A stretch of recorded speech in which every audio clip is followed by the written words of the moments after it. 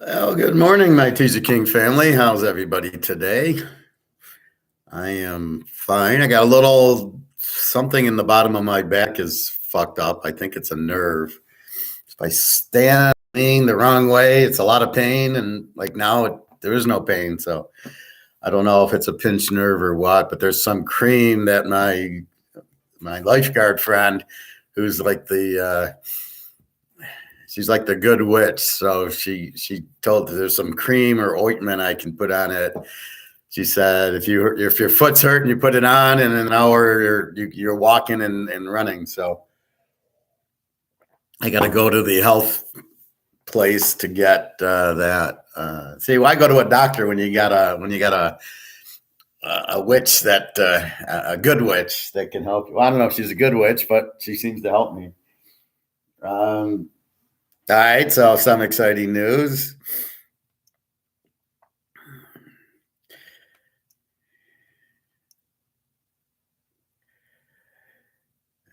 This, my friends, is the mouse, and this is a dead mouse. He drowned it in this. I slept in the same room with this mouse last night.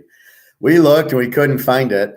So this is a big bowl of water that I keep because I get bloody noses sometimes, and it's too dry in the room. So because it's too dry, I will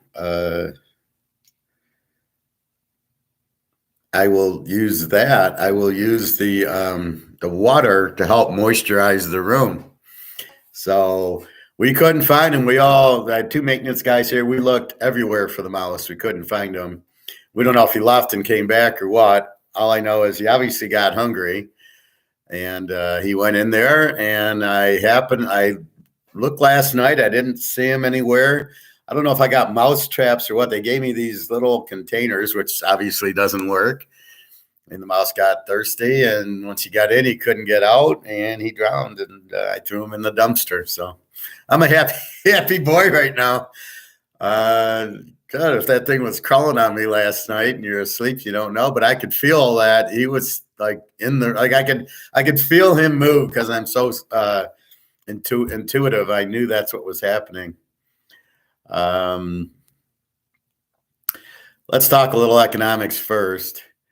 So here's the article. Electric cars from China are filling European streets. Well, I don't know if they're filling them, but the gist of this article is people are buying Chinese electric vehicles over European and American electric vehicles because they're cheaper. Hence, the prices here. Tesla's up here trying to sell them. He can't sell them. He's lowering his prices. Europe's trying to sell them. They can't. Here comes China in at market. Who's doing the buying? China, because these people who are buying the electric cars are out of their minds. They're doing it for the environment. Like there is no environment problem, and we're on Earth. It's not really going to matter. You can't prove it's pollution from the car or from the factories or where it's coming from, or it could be plants or could be animal. It could be it could be mice in the water. I mean, you don't know if anything's causing anything, and I'm certainly not going to believe the government, right? So this is one story. So this is mostly happening in they're selling aftermarket Tesla accessories in their car. So you're kind of getting a Tesla a whole lot cheaper. This is why Tesla's lowering their price, but they'll never compete with this. If I can get Tesla stuff, and I don't know if Tesla's any good or not. Let's see. Chinese electric vehicles are making their way into European markets at large. Xpeng announced its first deliveries to Norway. So Norway is the one buying them. They're socialists, so it's not all over Europe. It's in Norway, so it's just pretty funny. Let's see. There was another article that was interesting about Zimbabwe. Now, if we try to link what's happening over there to what will happen over here, Zimbabwe has gold, Zimbabwe has their own dollar, and they have US dollars.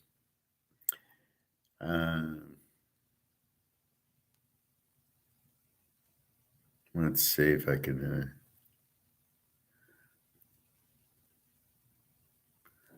Let's see.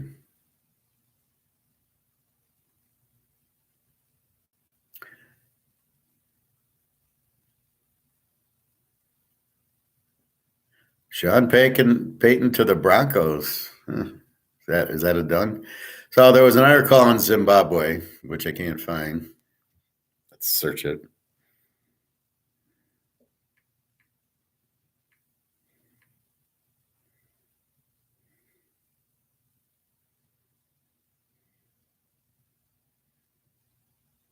Zimbabwe currency.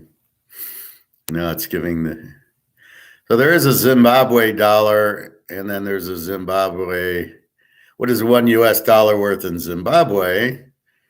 322. That's when you know you have inflation. It's 322, but they've got their own dollar, and when US does convert to US dollar to Zimbabwe dollar, are Zimbabwe dollars worth anything? They are not a currency in themselves, but are just a banknote for ease of transactions. However, there are not enough of these in circulation, and the denominations are too small to be useful. These notes have no value outside of Zimbabwe. So that's what you know you're getting is these they still use them, as they say, for transactions. So we will always have this to go to Target, to go to Kroger's, to get gas, get your food, go to your restaurant.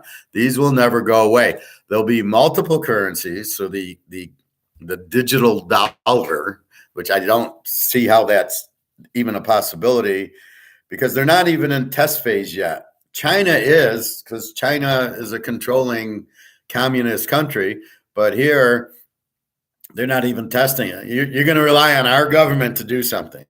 Our government, right? That ain't never going to happen. So here's a good one. How much is 50 billion Zimbabwe dollars worth? The Zimbabwe $50 billion bill is worth 33 US cents. That's where we're headed. A $50 billion bill in Zimbabwe is 33 cents US. It takes 1.2 quadrillion Zimbabwe dollars to make up about 4,000 US dollars. So that's what's coming here. Okay. And we're bigger and we're stronger than that. So it's not as transparent, but this is what hyperinflation does. It makes it worth. How much is a Coke in Zimbabwe? A regular Coke, 65 cents. But how much is that? Maybe we should move to Zimbabwe. We'll take our dollar, it'll be worth $1 million, and we can buy Cokes for 65 cents. And the reason the Coke's 65 cents is that's all they can afford. So again, you still have to make market, right?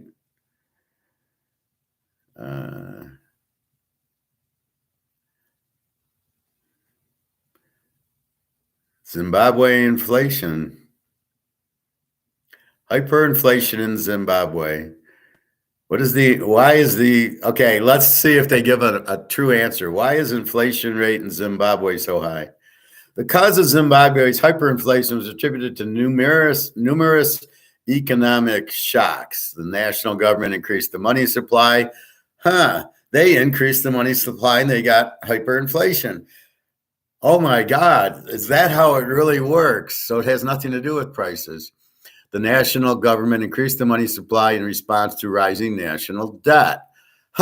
We have rising national debt here, and we're increasing our money supply. What's going to happen? In response to the rising, there were significant declines in economic output and exports, doesn't matter, and political corruption. We have political corruption here called JP Morgan. Oh my God, was coupled with a fundamentally weak economy. Hyperinflation causes we got to read this one. What is the current inflation rate in Zimbabwe? 46%. Here it's 20, so we're getting pretty close to Zimbabwe. So if they want to compare it to previous years, it was 98% in 2021, 86% in 2022, and 46% in 2023, which just started. So really, you're looking at 86%, and that's compared to previous year. Well, of course, as there's less money, of course, the prices start falling. The value of the dollar goes down as you need 50 trillion to get, 33 cents. But you can't look at prices 1 year to the other, right? Because the prices, of course, are going down because they can't sell the product and either go out of business or you reduce your price to your cost. So to look at it year over year is just absolutely ridiculous. You just look at the money and what the money buys, and really it's by interest rates. How much is 100 trillion Zimbabwe dollars worth? That's worth 40 cents. So look what we have to go with. Now, what is the solution to this? The same fucking thing I've been telling you for the last year. Gold and silver. Gold and silver do not go down, they go up. They are not an investment, they're real money. As you print your paper, you cannot print your gold and silver. So let's ask the question a different way. What is gold's value in Zimbabwe? Why don't we ask that question to Mr. Google? Zimbabwe currency in gold.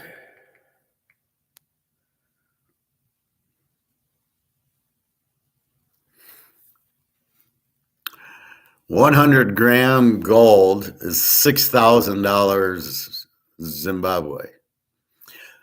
Zimbabwe hails gold coin success and wants to issue more. How did gold work? So here's the Zimbabwe. Bobby, look at this Zimbabwe gold. You're going to be buying the silver. It looks pretty nice. I want some. Last month saw a gold coin worth 1,800 or 1,400 pounds introduced. Gold coins used as currency in Zimbabwe will soon be available in smaller denominations, the central bank says. Skyrocketing inflation saw people rushing to cash in their Zimbabwe dollars for U.S. dollars to stop the savings losing value. This led to a shortage of U.S. currency and drove U.S. exchange rates to the central bank rate. But it soon changed tack and last month issued gold coins worth the 1,800, which is from what? The derivative paper. So it's not even the real price of gold. They're paying the derivative price to ease demand for dollars. Those higher value gold coins are available to buy at approved banks and are traded locally. They're tradable locally. Bobby Bo, glad to be in economics class. So did you see this beautiful? Are we going to go buy some Zimbabwe gold? This is Zimbabwe gold. So I'm expecting you to have some Zimbabwe silver. All right. So, hey, Greg and John. Bobby Bo is here listening in while lifting down weights. Very good. Don't hurt yourself, Bobby Bo. As we get older, we get backs and necks and everything in your feet. So be careful. Well, this is brand new. But do you understand why they're coming out with it? Because they hyperinflated their currency, and a Coke costs 65 cents there in Zimbabwe. I think we should move to Zimbabwe. We could take a little bit of money, and we'll be kings there, and we can buy Cokes for 65 cents. So the reason they're doing this is because they're as I said, you probably missed this. I'm going to go back. Zimbabwe's current economic woes are not as grave as in the early 2000s when hyperinflation reached record levels and local currency was abandoned altogether. What do we have here? We have local currency going to be abandoned. It's the same story, right? It's just in Zimbabwe, but it's coming here. You cannot have it. However, President Bobby Bo, who succeeded Robert Mugabe after his ousting by the military in 2017, sounds like a friendly country, has failed to revive the national economy despite promising to raise it to what the World Bank called a middle income country by 2030. I love how, oh my God, in 2030 we'll be okay. Inflation topped 256% in July, and the local currency tumbled in worth from 108.66 to the dollar to the start of the year to 481.85 in August. So it took you 408. So initially the $108 bought you $1. Now it's 481 buying you $1. Basically, it's doo-doo. And that's why they're coming out. They were buying dollars, and now they're saying, fuck it, and we're buying gold. Guess Brady finally retired. Oh, I haven't heard that. I thought he was going to Oakland Rodgers is going to Oakland to be with Devontae Adams again. That'll be nice.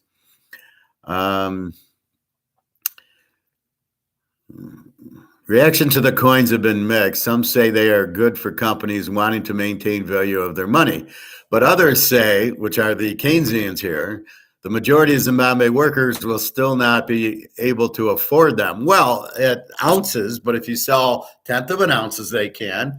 But that's because their money's worthless. So they need to redo. Now, if they're working, they need to then get paid in different wages. They need to adjust the wage, and I would ask to be paid in gold.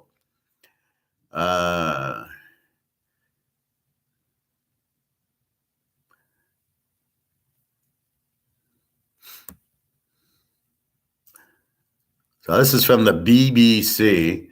How much is the Zimbabwe gold coin worth? They're more than $2,000 each. The central bank introduced the gold coins to halt a collapse of the dollar. Well, why would they go to gold? I thought gold sucks. I thought gold's terrible. Why would they go to gold if their dollar's crashing? Okay, we're on the same page with Zimbabwe. Not with the U.S. They're not smart enough to go to gold right now. They're going to wait till it collapses to go to gold.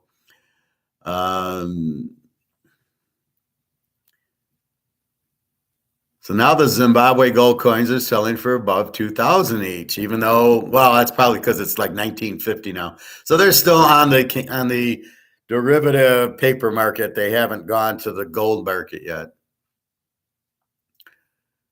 How much gold? This is a Bobby question. How much gold is the Zimbabwe gold coin? It's going to be 1 ounce. Each gold weighs 1 troy ounce and has a purity of 22 carats. So we don't care about that. All we care about is 1 ounce. Can you buy a Zimbabwe gold coin? Now, this is a question for me and Bobby. Those higher value gold coins are available to buy at approved banks and are tradable locally. The average yearly salary in Zimbabwe for a civil servant is $2,600, and you're going to spend $2,000 on the coin. And according to the state affiliated Herald paper, 44.75 gold coins have been sold since the introduction. So there is demand for gold in Zimbabwe when the whole country's falling apart. Zimbabwe hails gold coin success and wants to issue more. How about that?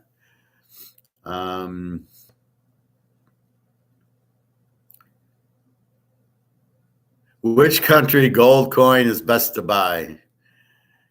Here are 5 of the best gold bullion coins for investment purposes. We don't even buy them for investment. We buy them for survival. British, the Britannica, the gold. Oh, well, the South African, the Canadian maple leaf. But this is from, who is this? The BBC? Yeah, it's from the BBC. So they don't put the U.S. dollar in. They put the British gold, the gold sovereign, the Royal Tudor beast, Lion of England, then South African Cougaran and maple leaf. So I'm sure the U.S. dollar are not worried about. Here are the 5 best gold bullion coins for investment.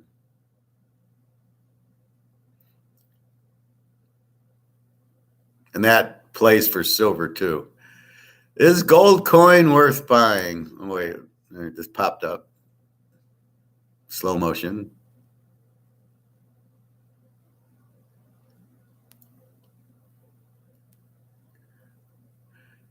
British Gold Britannia. Here's the British Gold Britannia. You'd probably like that, Bobby. Do you have that one in silver? The Gold Sovereign. They don't have a picture. Oh, that's what I saw. I saw it at my guy's store. It doesn't even say gold on it. And then Cougaran. Well, I've shown you my Cougaran. So that's good. It's on the list. It's a good one. Not a concern. And then our Maple Leaf friends, which I've showed you, I've got a lot of those also. So I got a lot of Cougarans and Maples. And then for you, Bobby, the James Bond Gold Bar. I expect to see 5 or 6 of these in your portfolio.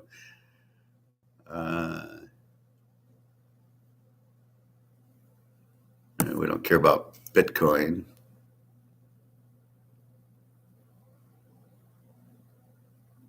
So Zimbabwe launches gold coin project to tackle inflation.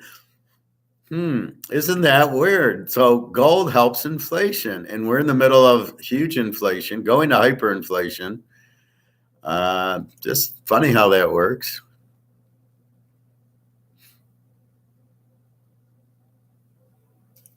So that's a beautiful example of what the fuck's going on.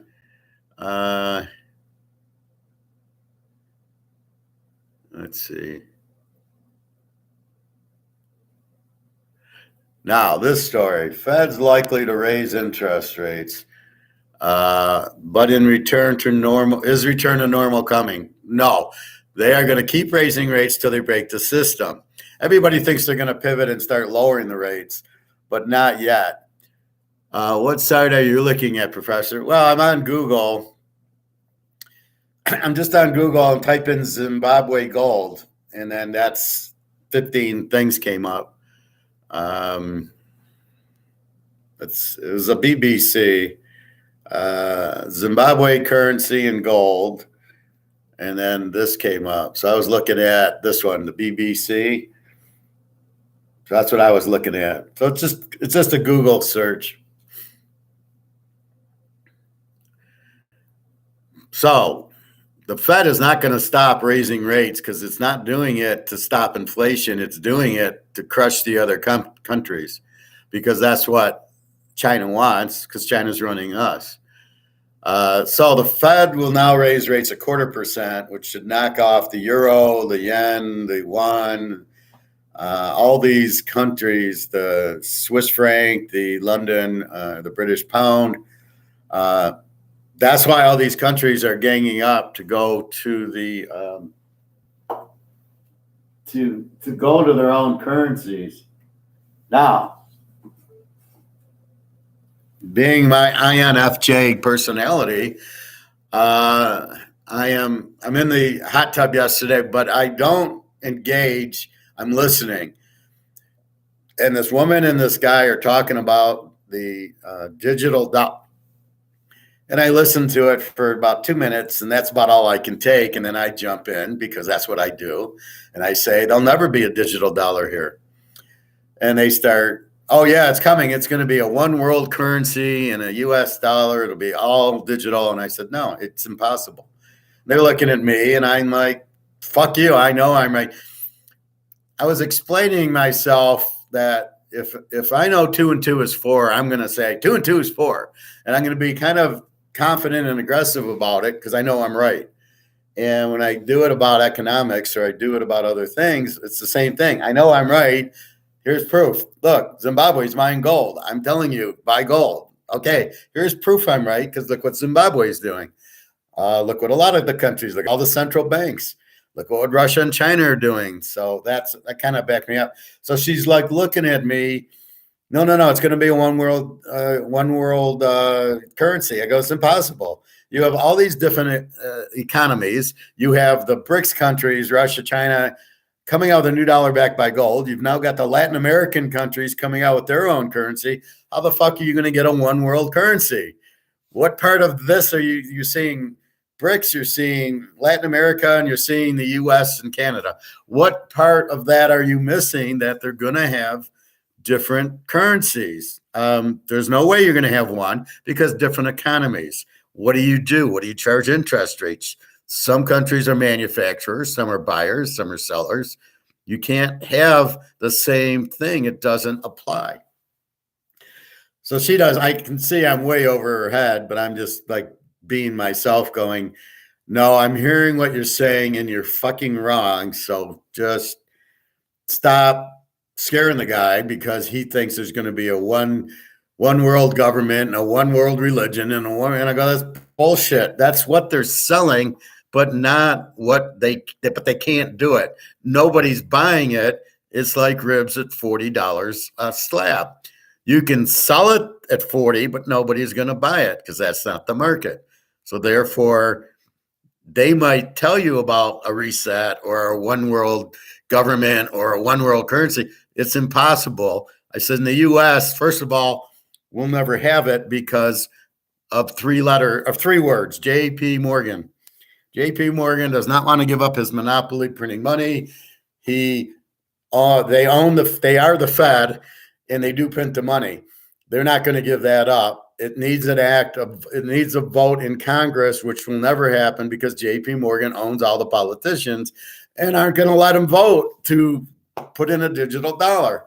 So at best, I said it'll go to the banks. How are you going to have 350 million people on the digital dollar? How are they going to keep track? Oh, we're all going to just use our social security numbers. And then what happens when the cyber attackers come? Like, look at Bank of America. People are losing, all of a sudden they have nothing in their account. This is why I don't keep anything in my account. So anyway, that's what's happening. And so it's like, fuck you, lady. You don't know what you're talking about and you're scaring this guy. And I don't like to see that. Being my protector that I am, I'm like going, you're wrong. I said, there cannot be, see, and I don't have a discussion. I'm saying there cannot be a digital dollar in the US because JP Morgan won't allow it. It's not an opinion. It's what's going to happen. They're never going to allow it. It'll never be there. They're not even testing it yet. It's at least 10 to 20 years away in the US if you believe the government can actually do anything like that, which they can't. They're only in for their term, and they're not, because they know they'll fuck everybody over. They won't get reelected. That's the only reason they're in office, is to get the kickbacks and get reelected because they're there for power. If they do this digital dollar, they won't have power because everybody will revolt, and then nobody wants it because of a cyber attack. You look in your account, there's no money. How do you use cash? So you want to go, you go play poker. How are you going to, wait, here's 300 digital dollars, give me $300 in chips. And then at the end, you cash in $400 and they put it on your, account. How about things you pay cash with? How about tips at a hotel? So you go to Caesars and the guy carries your bags in, or the cab driver or the valet. How are you going to tip them? So these people are going to get out of work because you want to go to a digital dollar. So I think they'll always have, I just read you from Zimbabwe. They'll always have this dollar. There'll always be a U.S. currency choice. So in Zimbabwe, there's a U.S. dollar, there's a Zimbabwe dollar, and there's gold. And I think that's what people aren't understanding, thinking, oh, there'll be a digital dollar, there won't be a regular dollar. This will never go away. This will be here until the earth blows up. It'll be a different form. It'll be a different they'll just say, well, we've come out with a different dollar due to counterfeiting. No, it's due to inflation. But if you don't back the dollar with gold, it'll be the same, worthless. If you don't have a dollar anchored by gold and silver or some commodity, but obviously gold and silver, it's worthless because they'll just keep printing it and it'll be the same thing over and over and over, and you'll still get that. So that is the problem if they just print a new dollar and don't back it by gold and silver. So the one that's backed by gold and silver is the one you want to have, and that's where Russia, China are going to. What can the U.S. do? They're not fighting them. They're sanctioning them. So Russia and China are going, fuck it. They're not going to fight us. They're just going to sanction us because they used to threaten war if they came out with a gold-backed dollar where they announced how much gold they have. But now, as you can see, they're not going to fight. So all they're doing is they're in it for the money. And what is it? I want to say McDonnell Douglas, but there's a big defense contractor who's the one probably creating the war because they're the ones making the most money off this war. I think it's McDonnell Douglas, one of the defense contractors. They're making jets for Poland now and for England, and the U.S. is out of jets, and then Russia's probably buying them. That's the best part. Russia and the Ukraine are buying, from Norway and all these defense contractors. It's so stupid. I thought we were sanctioning them. Why are we selling them jets? But anyway, Poland's really building up their army because they can see the NATO. They all relied on the U.S., but now the U.S. gave everything to Ukraine. They don't have anything left, so the U.S. doesn't have an army. NATO doesn't have an army. That's why. But I'm really afraid as Germany's getting an army. Like, no, they're the one team that always cheats. We can't have them with an army, or then we'll really have a problem. Right now it's Russia, but then you're going to have a problem with China or with Germany. Your little fellow with the mustache will come back and take it down.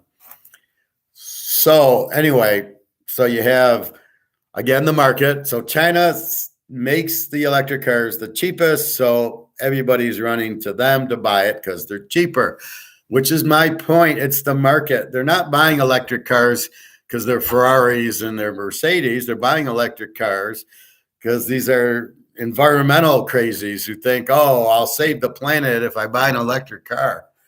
And so therefore they don't care what they look like, and they just are obviously price conscious. Tesla's out of his mind selling them for $60,000. Who the fuck's buying Teslas for $60,000? You got to be crazy. So he sells what, 500, 1,000 a year to some nuts who have a lot of money, Bill Gates or whatever. What's the resale value on that? I just got an email. I can get $20,000 for my Camry, which is a 2018 with 50,000 miles. It's probably more than you can get with your Tesla that's got 50,000 miles if it hasn't blown up and caught on fire already. Because you got to worry about the battery. Well, how long is the battery life? And since it runs on battery more than mine, I go replace the battery for $50 at an auto place. If the battery goes on a Tesla, it's $5,000 at least. So what's the life on the battery? So when you're buying it, you've got to figure, well, how much battery life do I got? And then I got to have to buy a new battery for $5,000. And if it doesn't catch on fire and all this craziness, it's just, you got to be out of your mind to buy an electric car. There's no demand for the product. I don't know. There's nothing wrong with a gas powered car, but you're pissing off Saudi Arabia, which is good for us because they're buying it. They're on the yuan, takes out the dollar, and here comes gold. So now I heard a thing yesterday where, the gold price won't go up till COMEX goes out. Well, this was then I checked. It was 5-6 months ago, and I'm thinking, well, that's where we're at. COMEX is out because they can't. They're not. The price is not realistic. So nobody's using it. They're emptying COMEX. There's very little gold in it. And that wasn't COMEX's purpose, was not. So you would go to COMEX, buy ETF, and then say, I want the gold. If you want the gold, you go buy the gold. If you want to be the man, you beat the man, right, Bobby? So that's what's happening. So it's basically done. They're done. JP Morgan's out of it. So now here comes the physical, and that'll be very soon. And then you got apparently there's a Beijing and a Moscow gold exchange for physical. And I think the gold, I'm trying to check those prices, but that's my point. It isn't going to be $2,000 for gold. The demand is way too high. And if we use pure economics, demand's up here, price is up. The demand and price, the ribs are here. Okay, I'll pay for the ribs. But you price the ribs here, I can't. But this is reverse. This is like, here's the price, but here's the demand. Because the price is so low, the demand's so high. Because everybody wants gold at 2,000. You feel sorry for the Zimbabweans that they're. Now I don't know if you're an accountant or an IT guy in Zimbabwe. I don't know what companies there is. GM and Ford there. Is there companies that can afford to pay them $50,000, $60,000 a year? Which you'd live like a king in Zimbabwe, but they're fucking, so they had debt. So the idiot thinks if we have debt, we're going to print money to pay it off. Sounds like a story we just heard here. So they're going to print money to pay off the debt. That's what the Keynesians want. We'll just print money to pay the debt off. We'll just print more money. Oh, there you go. You print money to pay the debt off. You fucked up the country. That's the hyperinflation. You can't do that. You just go to gold, and then you can't have inflation and you can't have debt. How did you get debt in the first place, right? So you don't have debt with gold. You can't. There's no, because it's its own thing. It's not. You can have debt with this, but gold you can't have debt with. The only thing, maybe if you bought a house and so you took a loan out, that would be your debt, but that's it. But with gold, all that shit, no inflation, no recession, no depression, no anything. It's beautiful, and you can't fuck around with it. So I love how people go, oh, we can't go back to the gold standard. Like, knowing the politicians won't accept it, except for they're going to have to, because Russia and China are smart enough to know we got to have our currency backed by gold, which forces all the other currencies to back it, or nobody will want them, because everybody's smart enough to know the currency I want is the currency backed by gold. We want gold at the end of the day. We're not stupid, even though the press will leak out that that's what it is. So we know, no. So that's what's happened. Bobby, I showed the picture. I'll show it again. So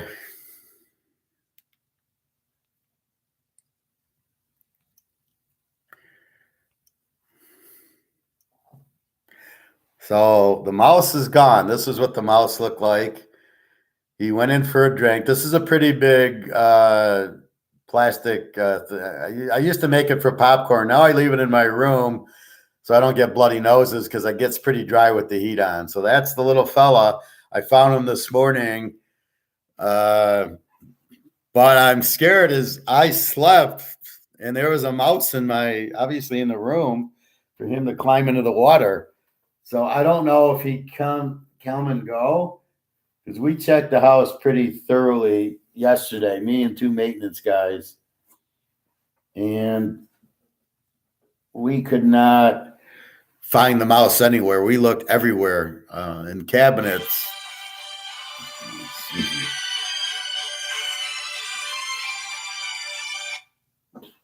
We looked in cabinets and everywhere, so we didn't see it.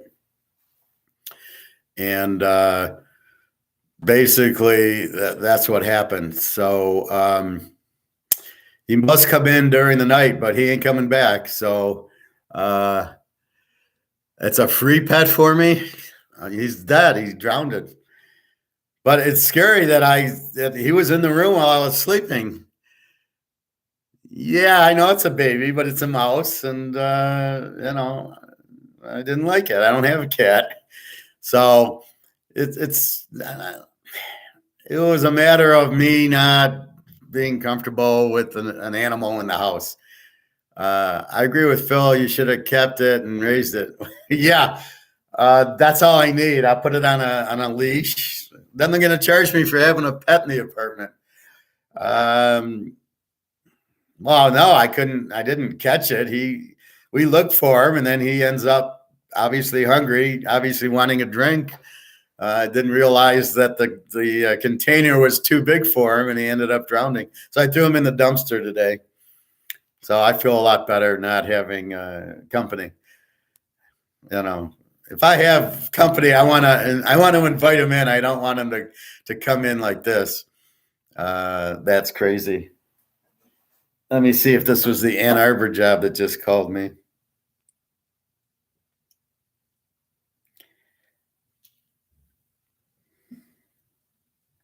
So I had an interview in Ann Arbor. 6838. No, I think this is a different call. But I didn't, well, maybe they left it. It's weird. I'm not getting messages when I get messages, right? So like this person called me, it doesn't say I have a message. And then I go into my messages, and then there's 5 messages, and I don't even know I have any. But that's what happened. But anyway, so I was happy. I saw I looked behind so they gave me these things. You guys probably know. So they gave me these two things, which I thought were mouse traps they're not traps, but the mouse will go in and eat and then die because they're probably poison. So they left them. And so I just put them out. I don't know if I had to open them up or do anything with them. And apparently they don't work because the mouse never went near them and then went and got the water. So then I looked this morning and I'm not expecting to see a mouse. Okay, he's gone. They thought he was gone. And then I glance so I'm at the window and I'm glancing into the water just because I was at the window and I see him and I'm like, oh, fuck, I slept and there was a mouse in my room. Oh, it's so gross. Anyway, so that's one thing I don't have to worry about. But that's what I was worried about is when I'm sleeping and there's a mouse. And, I could feel it in my sixth sense. I could feel there was a mouse in the house. I thought he came back, or I kept expecting to see the guy walking, running along the carpet, but I never saw him. So I said, okay, he must be gone. Now I know he's gone. Now that was the only one I've seen, and I've been here since April. So I'm hoping that was the one guy. That's what he looked like before, and then I'll be fine. Hopefully nothing else creeps in here. But Bobby, yeah, could guard your gold and silver. Yeah, right. Wow, yeah, that's a deterrent. So a crook comes in and he sees a little mouse. Yeah, no, I'm going to stay away from believe me, you can't even find where my gold and silver is in the house. I've got it hidden pretty good away from obvious, and we'll see. But I'm not really worried about it now. I'm going to be more worried about it when the rioting starts. I don't think it's going to be like, going on 8 Mile, there'll be a riot. I think they'll be at they'll go where the governor is and then in Washington. I think that's where the rioting happens. Sort of like Seattle and Minnesota now, where they just took over the downtowns, and California, Frisco and LA is just a freaking sewer now. It's unbelievable. But anyway, so yeah, I'm relieved that he's gone. He's in the dumpster. Good night. Piper gave him a sleeper, and that's the end of him. Anyway, so that's what we're looking at. The gold price today was down a little bit. The Fed will keep raising the rates. They are not going to do okay, now we're going to lower them.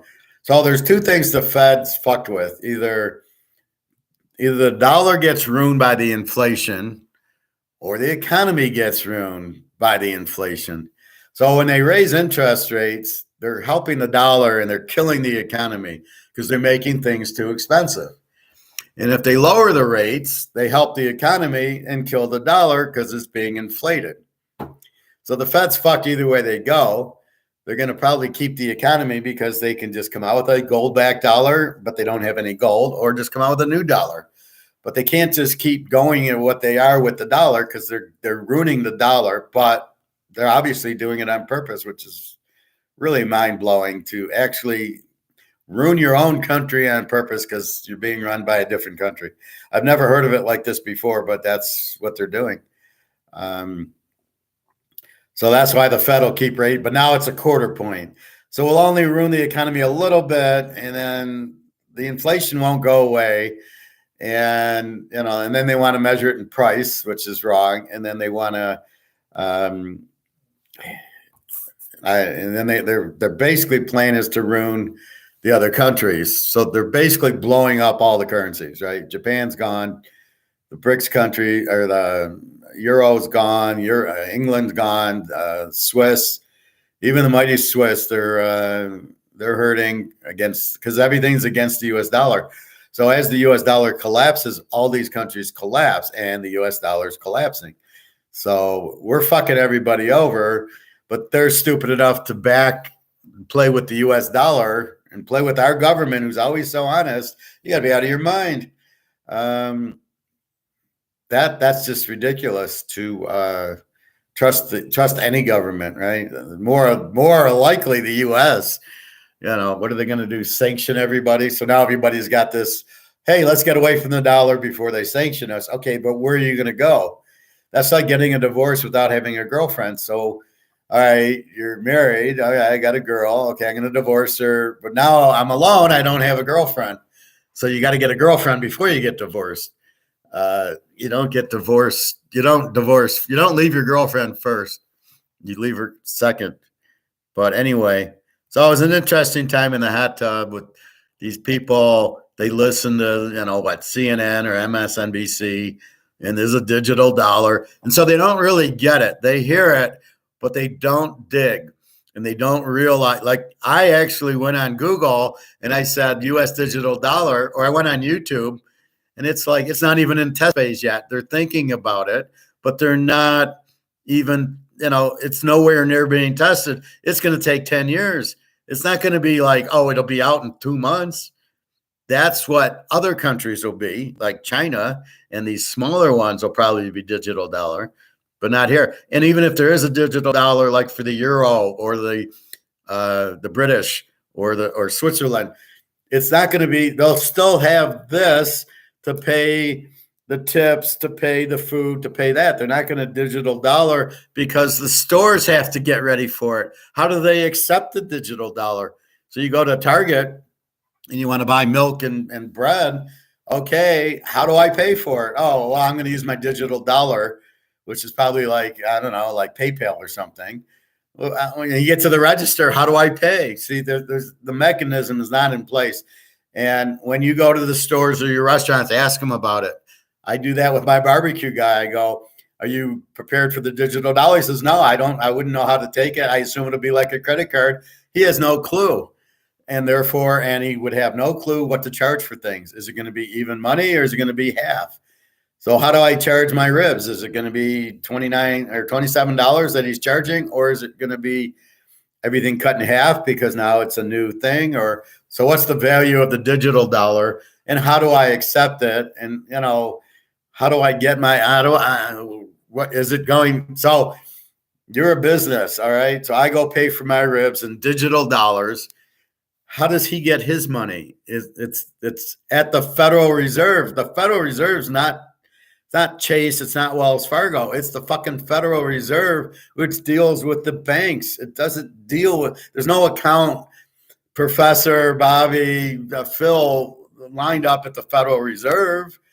We're at Wells Fargo or Chase or wherever, but not at the Federal Reserve. There's no account for us there. So therefore, how do we? Okay, I gotta pay a bill. I gotta go to pay my grocery bill. I gotta pay my gas bill. So I'm going to mobile to fill up my car. How do I do it? Are they set up to take digital dollars as instead of debit or credit cards or cash? How do I pay for it? See, they're not. It's a nightmare. They can't do it. I don't know what China's doing, but I would. What do you see? Okay, let's just use logic here. China still has the yuan, and the BRICS countries are coming out with a yuan and a ruble backed by gold. And the yuan pays for oil at Saudi Arabia, and they have a digital dollar. Wait a minute. Oh, so they have both. And that's the point I'm trying to make. There will be digital dollars, not here, but there will be in China and maybe Europe, maybe Germany, maybe Japan. Who the fuck knows? Who the fuck cares? But there'll also be this, because you can't get rid of this, because that's what goes on credit cards. Credit cards is this, and debit cards, and in your bank. And if you go to the clubs, you want a tip. There's a girl, you want to, you're going to pay cash. They're not going to sit there. Girls aren't going to take digital dollars. They want cash. You go to Amsterdam, they want 50 euros. Okay, that'll change. Well, oh, wait a minute there. I just have digital dollars to pay you. How is that going to work? So she's going to take out okay, I need 50 digital dollars. No, they're going to still use cash. They don't want to be known. I mean, Jesus. And I don't think that's the intent, to stop the hookers and the other girls who kind of want to do things under the table. When I help my friend Jenna in the Ukraine, right? I can't use PayPal anymore, so I use this thing called RIA, RIA. So if you want to send money internationally. I send it in dollars to Rhea into the Ukraine. She gets it. She goes to her bank, and it's in U.S. dollars, and they will give her Ukraine dollars. But that's how I got to send it on Rhea. So how am I going to do that? Take it out. Now I take it out of my debit card. So what am I going to do? Take it out of my digital dollar, and then how's she going? She's got to go to the bank and get money, right? She's not going to get digital dollars to go buy meat and milk and bread and tea and everything that she buys with it. So that's really where this will never go away. Plus, the JP Morgans around the world, or whoever prints, maybe JP Morgan prints every currency, aren't about to give that up. They're not going to give up the monopoly. That'd be like you telling Kansas City, you got to give up Mahomes. And they'd be like, we're not going to give them up. And that's basically what JP Morgan is. We print the dollars, and we don't want to give that up because we have a monopoly. We do not want to give up a monopoly. We want to keep printing so we can pocket a couple $1 million. That's what that is. So it'd be like, you got to give up JP Morgan. They say, fuck you, we're not giving them up. That's what JP Morgan is. But JP Morgan owns all the politicians. So therefore, they are not going to give up they're not going to give up the monopoly. So the only way a digital dollar comes here is it's got to be voted by Congress. But who runs Congress's votes? JP Morgan and the banks and Wall Street. And they're going to say, no, you're not voting for it. That's the other reason it'll never come. But even if it did, it would just go to Chase and Wells Fargo. It's not going to come to the professor and Bobby and Phil. It's just, that's not what it's going to do. So with that said, that was an interesting conversation. And that's where my sixth sense comes in my little thing. It explained what I am, which I already knew, but now I can kind of label myself. I knew when to shut up. It was like you could see she's not talking, so I'm like, okay, fuck you. And then I just go into my own little world and thinking about stuff, and I end the conversation without actually ending it. I just don't do it anymore. And but it's interesting that these labeling your personalities, but mine's dead on. And but it's good. But I am a little psychic, a little intuitive, and I can definitely read people very, very well. So I'm reading the lady as I'm talking to her. I'm trying to like tilt her because I don't like what she's saying. And the guy, and I don't like it because it's not true. There won't be a one world currency, and there won't be a digital, but she's coming across like she knows it will be. So that's kind of why I butted in to say, no, it won't. And the way I explain it is, I know 2 and 2 is 4, and you're not going to talk me off of that. And therefore, if I'm hearing 2 and 2 is 5, I'm going to say, no, it's 4, but I'm not there to be nicey. I'm not there to have a conversation. I'm there to tell her you're wrong. Just like anything else that I teach, when I know it, and I'm not looking. When guys come up and they try to put their little predictions in, I don't want to hear it. I don't want your prediction. We're here for my prediction and my background story of why we like Cincinnati to beat KC or Cincinnati to beat Buffalo. I don't want this isn't like a conversation in that sense. I'm teaching you what to look for so you would pick Cincinnati over Buffalo. And I'm coming up with explanation, but it's not a conversation in the fact that you're going to talk me off of it. Once I make up my mind, it's done. There is no conversation to have. And that's where you guys got to get to. But I don't know your personality types. I'm very rare, but that's why I can do what I can do so well. But I don't really want conversation per se. I like Bobby's and Phil's, of course, and Nick's. I mean, I don't mind conversation, but I'm not here to get talked off of Cincinnati, Buffalo. I mean, I'm telling you, Cincinnati, that was the lock, that's the bet, and it won. So I'm not here to have that. And when I'm in the hot tub, I'm really not looking for conversation. I'm more or less saying buy gold. And they're like looking at me. And then as soon as I can kind of feel that they're kind of looking at me funny, I end the conversation's over. Sorry, guys. And that's it. We're done with the conversation. So anyway, my back's hurting a little bit, as I said. Now, here's the cure, which I got from my witch doctor friend at the place. So Jenna probably doesn't know what the fuck I gave her.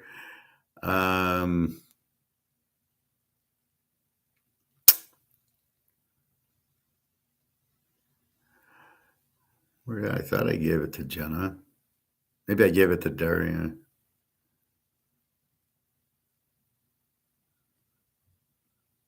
Huh. Oh, here it is.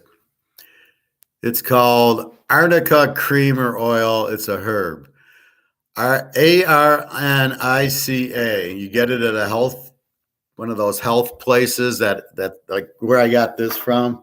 So I go to like Zorbo's or whatever it's called in your area, which is like getting these type of things instead of taking Tylenol. And so I saw her last night. She only works Tuesdays, and she said Arnica cream or oil. It's a herb, and you rub it on your back. She said she had an aunt who was on it with a walker because her feet were swollen and she couldn't walk. And she rubbed it on, and 2 hours later, she didn't need the walker anymore. She's doing cartwheels all over the place. This stuff is apparently super good at healing, however it is. And it's a herb. It's not like you're taking a drug. Just like this is not a drug. This is a powerful, but it's not a drug. It's a herb, and that's what this is. So I'm going to go after this. I'm going to go to this health store. I'll show you guys tomorrow, and I'll rub it on my back. So the bottom of my back, in a certain position, really hurts me, and it's hard to walk. It really hurts me in the pool because I'm up the water 5 feet deep, and it's really painful to walk sometimes. Sometimes it's fine. Like now, I'm sitting and it's perfectly fine. But when I'm sleeping in bed and I lie on my back, it hurt. There's like a point where it hurts. Then if I roll on my side, I'm fine. So I don't know what it is. Somebody thought he was a sciatic, but it's not, because it only goes to my hamstrings when it's hurting me. But then if I switch positions and I just put ice on it, it doesn't hurt anymore. So it's really weird how it hurts sometimes and doesn't hurt sometimes. I don't know what the hell I got, but I'll try this cream and I'll report back to you. But yeah, Bobby, you should tell your baseball friends, the pitchers, with this Arnica cream, they'll never have another arm problem. They'll be able to pitch like 300 pitches and every third day because their arms won't hurt anymore. So this is supposed to be excellent. So anyway, I'm going to go do that once we're done here. Any questions on dieting, you guys? Anything? Morning, Don. Do you bet on NCAA basketball? Sorry, just wanted to ask. No, not really. It would be the same strategy I use in football, but there wouldn't be teasers. Basically, basketball is every bet is the same. You want the better defensive team. So if you got a really strong so if you understand how I grade, and if you don't ask, where I say Philadelphia is an A team, they got a really strong offense and they got a really strong defense. And that's the teams you're looking for to bet on. And you're looking to bet them against Z teams who have a weak offense and a weak defense. So in basketball, I would look for the team that scores, what do they score now? 80 points. There's everything a 3-point shot. So team, let's say 80 is a real good offense in college because it's only 40 minutes, but they only give up 50 points. That's an A team. So you then go to your stats. Again, you go to who's my best offense with the best defense. So you're looking for the A teams, and then you're looking for the weak defensive teams. So the team that scores 40 and gives up 90 a game or gives up 100. Now, that's how I would start it. And then I would take the real good teams with the good offense and the good defense against the teams that give up 100 points.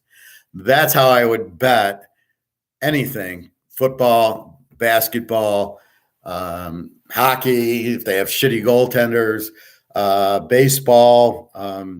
It's more pitching than anything, but I will bet against the 5 ERA pitcher. I got Verlander against the 5 ERA pitcher. I like Verlander like 25 times like 20 times last year. Every time Verlander was pitching, I locked him, and when he faced another ace, one of these guys. Well, I don't know what teams they're on anymore, but when they would face another ace, like the guy on Tampa, I kept talking about, then I would bet it under because then you had ace against ace. There's not going to be a lot of scoring, and you'd bet the game under. Or Kershaw, or half the Dodgers. Although Kershaw's the biggest joke I've ever seen, but Verlander and those guys. So when they're facing another ace, it's a lock under because you're not hitting Verlander. And then when they're facing the guy with the 5 ERA against Verlander, I would bet Verlander. So carry it into college basketball or carry it into pro basketball. Pro is a little different because you have back-to-back nights, 3 games in 4 days. And so you never know. And then they start resting their players. What the fuck is this? How many times did they rest Larry Bird, Jordan, Magic, Kareem, Isaiah? They never rested though. They wanted to play. That was their life. That was their passion. They didn't sit down, not like now. Oh, LeBron, oh, you don't feel good. Okay, LeBron's not going to play today, kids, because he doesn't feel good. I mean, what kind of bullshit is that? So that's the other thing. But in college, it's what, Tuesdays and Saturdays or whatever. It's 2 days a week. So that's what I would look for. Don, does that make sense to you? Do you understand that logic? So you go on Yahoo Basketball and you look for the points for and points against, and it's sorted. So you just go to the end and you go, all right, these 10 teams suck. They give up 100 points a game. That's my bitches who I'm going to bet against because it's always about defense. And then I look for my A teams, which is what I do on my football is I sort them. So I do these VLOOKUPs, which I bring in the teams, and then I go, okay, here's Kansas City. What are they? Now, Kansas City scores like 28 and gives up 22. Philly scores like 29 and gives up 19. So I can see, they got, so Frisco with the 16 defense, I'm betting the game under against Philadelphia because Philly's got a 19 defense. So I'm like, fuck it. I'm betting the game under. I'm not going to fuck it. Now, you couldn't perceive Purdy was going to get hurt. Well, the only thing I can take out of the game is Purdy was 4 for 4 for 50 yards. Translation, Mahomes can go 4 for 4 for 50 yards too. Keep in mind, you had to key on McCaffrey and Deebo Samuel and Kittle. Philly would have had a hard time, and it's a shame that he got hurt so early. I would have liked to see what he did against Philly because you can't take the Giants games, and now you can't take the Niner game because they got their 10th string quarterback, John Johnson, who totally sucks, shouldn't even be in the league, and you're playing this guy in a championship game. This is the best guy you could come up with. So that's the problem when you go for Trey Lance and you go for a running quarterback, he breaks his ankle. You fucked yourself because you went after a running quarterback who is going to get hurt. Look at Lamar every year. I would never pay Lamar because he's not worth it. He's going to get hurt, or he just isn't hurt and just sits out. We haven't decided that. We know Mahomes is Ric Flair. We know he's like, oh, no, I'm hurt. And then he runs for first down. So you're like, okay, this guy's faking. Oh, he'll do a little limp to make it look like he's injured. Yeah, we've seen Ric Flair do it too many times. So that's what you do in college basketball. So I could start doing it now that I got a free weekend with no football. But usually football takes up most of my time. That's my passion. That's why I do this is for football. But I can start looking at basketball. It should be the same theory, and it should make us a lot of money. Greg and John, I think I like Philly in the Super Bowl. I don't know. I initially thought Philly was going to run it down their throats. But as I'm looking at Philly's schedule and KC's schedule, I'm thinking, and I haven't made the decision, I definitely like the over in the game. And then I'm thinking about Kansas City with 7.5. So if I get the 7.5, 8, I'm thinking because Mahomes against Buffalo, when Von Miller was playing, they lost 24-20. And I see it as a similar game Mahomes here with, they're not going to blow them out. Again, they blew out the Giants, who has no quarterback, and then they blew out Frisco with, again, the four-string quarterback. So you really can't look at it going, oh, Philly just blew out the Giants. They just blew out 49ers. They'll blow out KC because they didn't have the quarterback. KC's got Ric Flair, so we're gonna assume he's fine. He's playing. He'll score in the 20, and I think that's the difference. So let's look at the line again. See, because of my personality, I can just dip right into football from gold and silver. And let's see.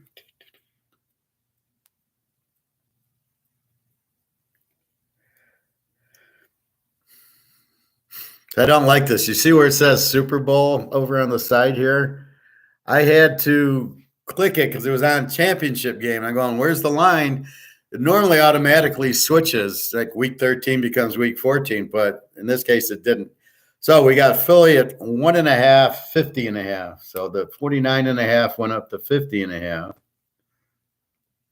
which in my world, that makes sense that it goes over because KC scores a lot, gives up a lot, but I think Philly's going to score a lot. And I think KC can move on Philly.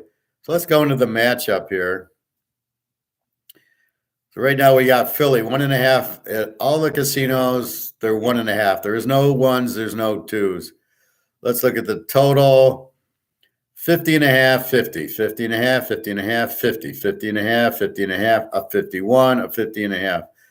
So they are betting the game over. Let's see, is there any let's see, KC injury, Smith-Schuster, questionable with the knee. Hardman, questionable with the pelvis. Chocolate Eclair, questionable with an ankle. Snead, questionable with a concussion. Oh, he'll be playing 2 weeks. William Gay, a linebacker, questionable with the shoulder and out. So all these are 130 injuries, except for Chocolate Eclair's been out for 6 months. So all these are pretty new. I can't imagine Smith-Schuster missing a Super Bowl with a knee unless it's a serious injury. But notice you don't see Kelsey or Ric Flair on the injured list. Philly, Barnett. No, let's go to the most recent injuries, if there is any. Philly has no January injuries. So again, even if there is, I wouldn't know. Here's your props for you prop boys. So Jalen Hurts, 243 yards passing, 245, 246. Patrick Mahomes, 292, 300 yards. That's passing yards. Team props. Yeah, that's stupid. 24, 25. Scoring. So again, Kansas City, points per game, 28-74. Opponents, 21-53. That's why they're an over. They give up about 22 a game, but they score 28. Philly scores 28, but only gives up 19 a game. And that's where I'm getting the A team, right? Points per game, 28, which is near the top, and then they only give up 18. That's why they're an A team. That's what you need to look at in college basketball. So I don't know what the high scores are. Well, let's say a team that scores 80 and gives up 50s, probably you're an A team. I don't know if it's that low, but that's what you would look at. So, Greg and John, you like Philly. I can't blame you because of their offense. They will probably run it and try to keep the ball from Mahomes at a point, and they're going to run Hurts. So they're going to run a lot. How's UConn? I have no idea. What are you talking about? Basketball? Right now I'm really not going to take time to do the. Just go on Yahoo and see what they are. But I'm not taking time to look at college basketball right now. But I would say that's what you do. But then you got to find out what's the normal offense and defense in college basketball. Is it 90 and is the good defense 50? And then you can see the best defenses. But what you're looking for is the teams that are like 90-50 or 80-60 60, whatever it is in college. And what you're really trying to bet against is the weak defenses like we do in college. The team that gives up 90 points a game is who we're going to bet against because they don't have a defense and they're just going to keep scoring and they can't really do anything. I think the Pistons are like a Z team in the pros. So if you looked at the pros, I don't know, the A teams, Golden State, can they play defense? What is it, Milwaukee, Boston, and check what their score is and against. I do not pay attention to college basketball at this point. So I can't tell you I can't tell you the top 10. But I would look at the bottom 10 and that's who I'm going to bet against. That's how I would do anything is the weak defense is who I'm going to go after with the strong. And then, so if it's strong against strong, you take the dog and just like I do in the pros. So will Philly win the Super Bowl? I don't know. Mahomes, even when they lost to Cincinnati, who I think is a better team than Philly, they lost 27-24. They lost 24-20 with Buffalo with Von Miller. So I don't think Buffalo runs Josh Allen like Philly runs Hurts. KC played San Diego twice, so they played good teams and they beat them. And they just seem to know how to get open and they seem to know how to score. And that's why I like KC as the dog in the game. Philly, when you look at their schedule, they didn't play any. The Giants twice, Washington twice, Dallas they split with. They beat Cooper Rush, and then they lost with Moron 40-34. Prescott. And then I heard my guy Kellen Moore went to San Diego as their offensive coordinator. He ain't the problem. They'll score more, but the problem's the head coach and the defense is the problem. And just the overall coaching going forward on fourth down and not playing a strong defense at the end against Jacksonville. That's your problem. You scored 30 points. It wasn't your offensive coordinator. It's your defensive coordinator or your coaching strategy. But I did see that. So really the only team, Philly, and what I'm getting is, here's what I'm getting at. They played Dallas with Prescott 40-34.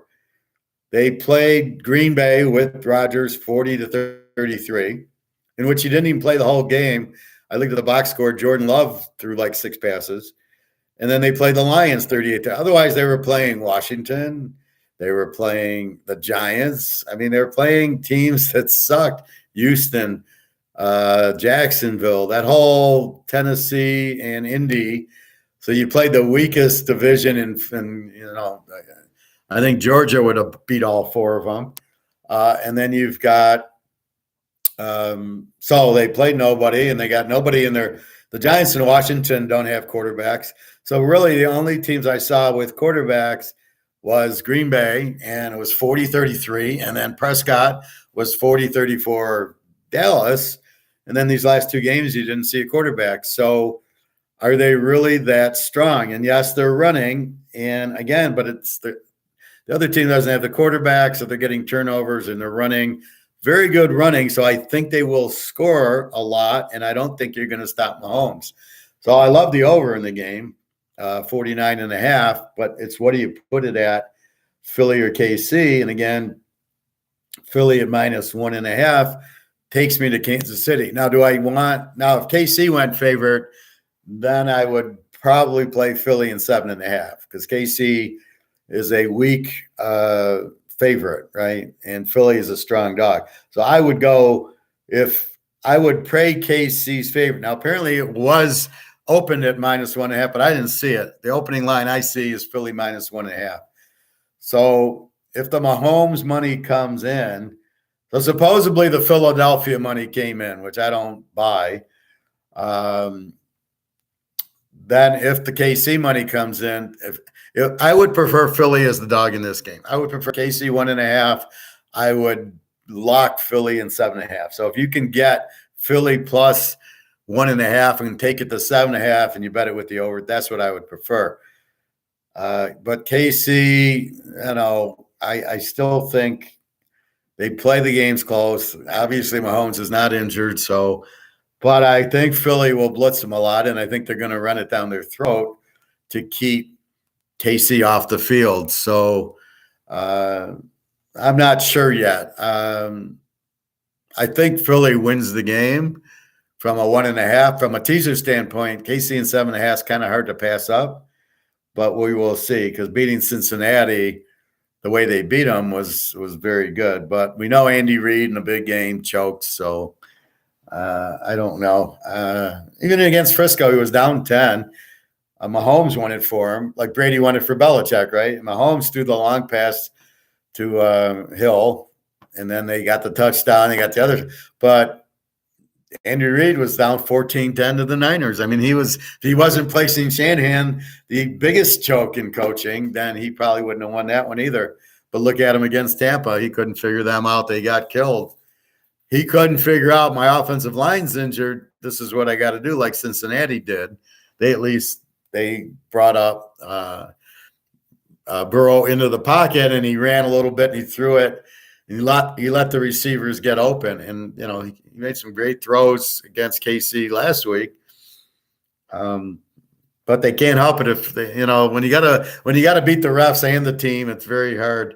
But I was watching the highlights, and it was like a joke. That whole play with the third down, they didn't get it, and they replayed it. They have it on YouTube, a little 2-minute thing, and it walks you through second down. He throws an incomplete pass to the side, so it's third down. For some reason, he's worried about the mark, which I've never seen before, where the mark's like 6 inches from where it should be, which who the fuck knows. And the ref blows the whistle to move the ball up 6 inches. Then the ref says, okay, the game clock and the play clock will start on my signal. He says, I'm going to start them both on my signal. So he goes, okay, let's start it. Because he said it, they started the game clock and the play clock. Then he realizes the game clock's going, which it shouldn't have went because of an incomplete pass with, 10 minutes left. No, that play shouldn't have, but the play should have stood, and he shouldn't have made a big deal about it. And after the play is when he should have adjusted the clock 5 seconds. You don't redo the play. I thought that was ridiculous. I thought for him to move the ball up 6 inches, which was just like, who gives a fuck? And why was it placed in the wrong spot? That shows you how good the refs couldn't even place it on an incomplete pass at the right spot. But they're probably never that accurate. I mean, it was like this much. Who gives a fuck? Just let that play go is what he should have done. He should never have done that. So that's what you have, is a bunch of bullshit. It was right to stop the play because the play clock did start, and it shouldn't have because it was an incomplete pass. But the ref fucked up because he said, start the play clock and the game clock on my signal. So he told them to start the play. So the ref fucks up. He doesn't even know what he's doing. He should never have said start the play clock or start the game clock. He should have said start the play clock on my turn, and then when they're ready. And even that should have been, was 10 seconds. But you could see where the game clock is running, which it shouldn't have. So, okay, the game clock's running. Big deal. Do you think KC defense is better than Philly D? No, I don't think so at all. I think Philly – I thought Frisco had the best D, and then Philly. KC's defense is not very strong at all. KCD is not that bad, but you give up points. KC's defense is better against against passing teams because that's what they got. What that one guy, the one all-star they got on their team. I keep wanting them to call him. I think it's Chris Smith or something.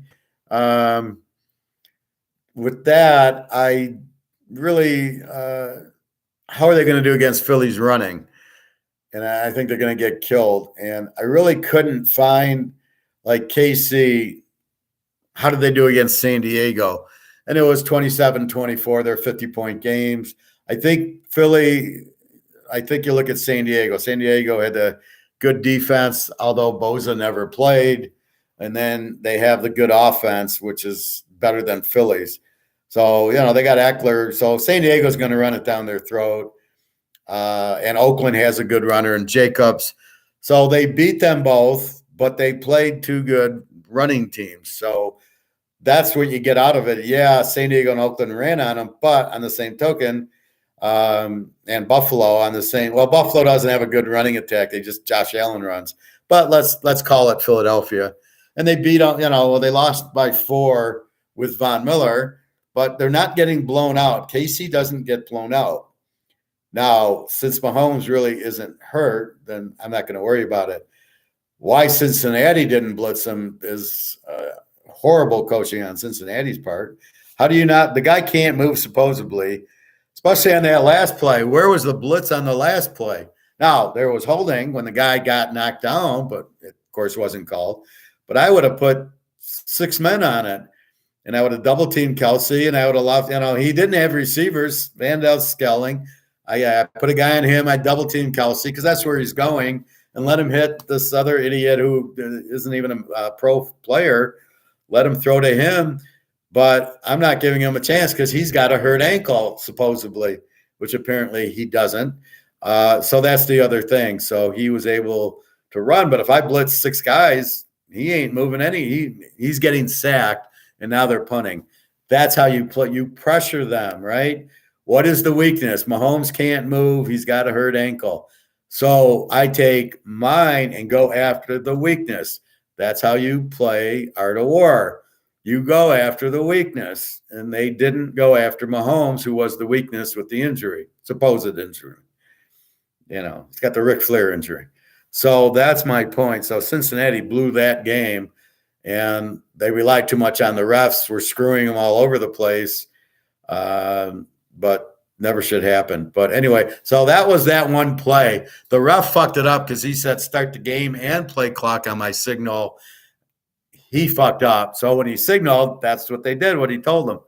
So again, why didn't he come? He didn't even know what was going on to stop the play at the line of scrimmage like he stopped the one because he didn't mark the ball right. So this ref's out of his fucking mind. This is the refs you put out there.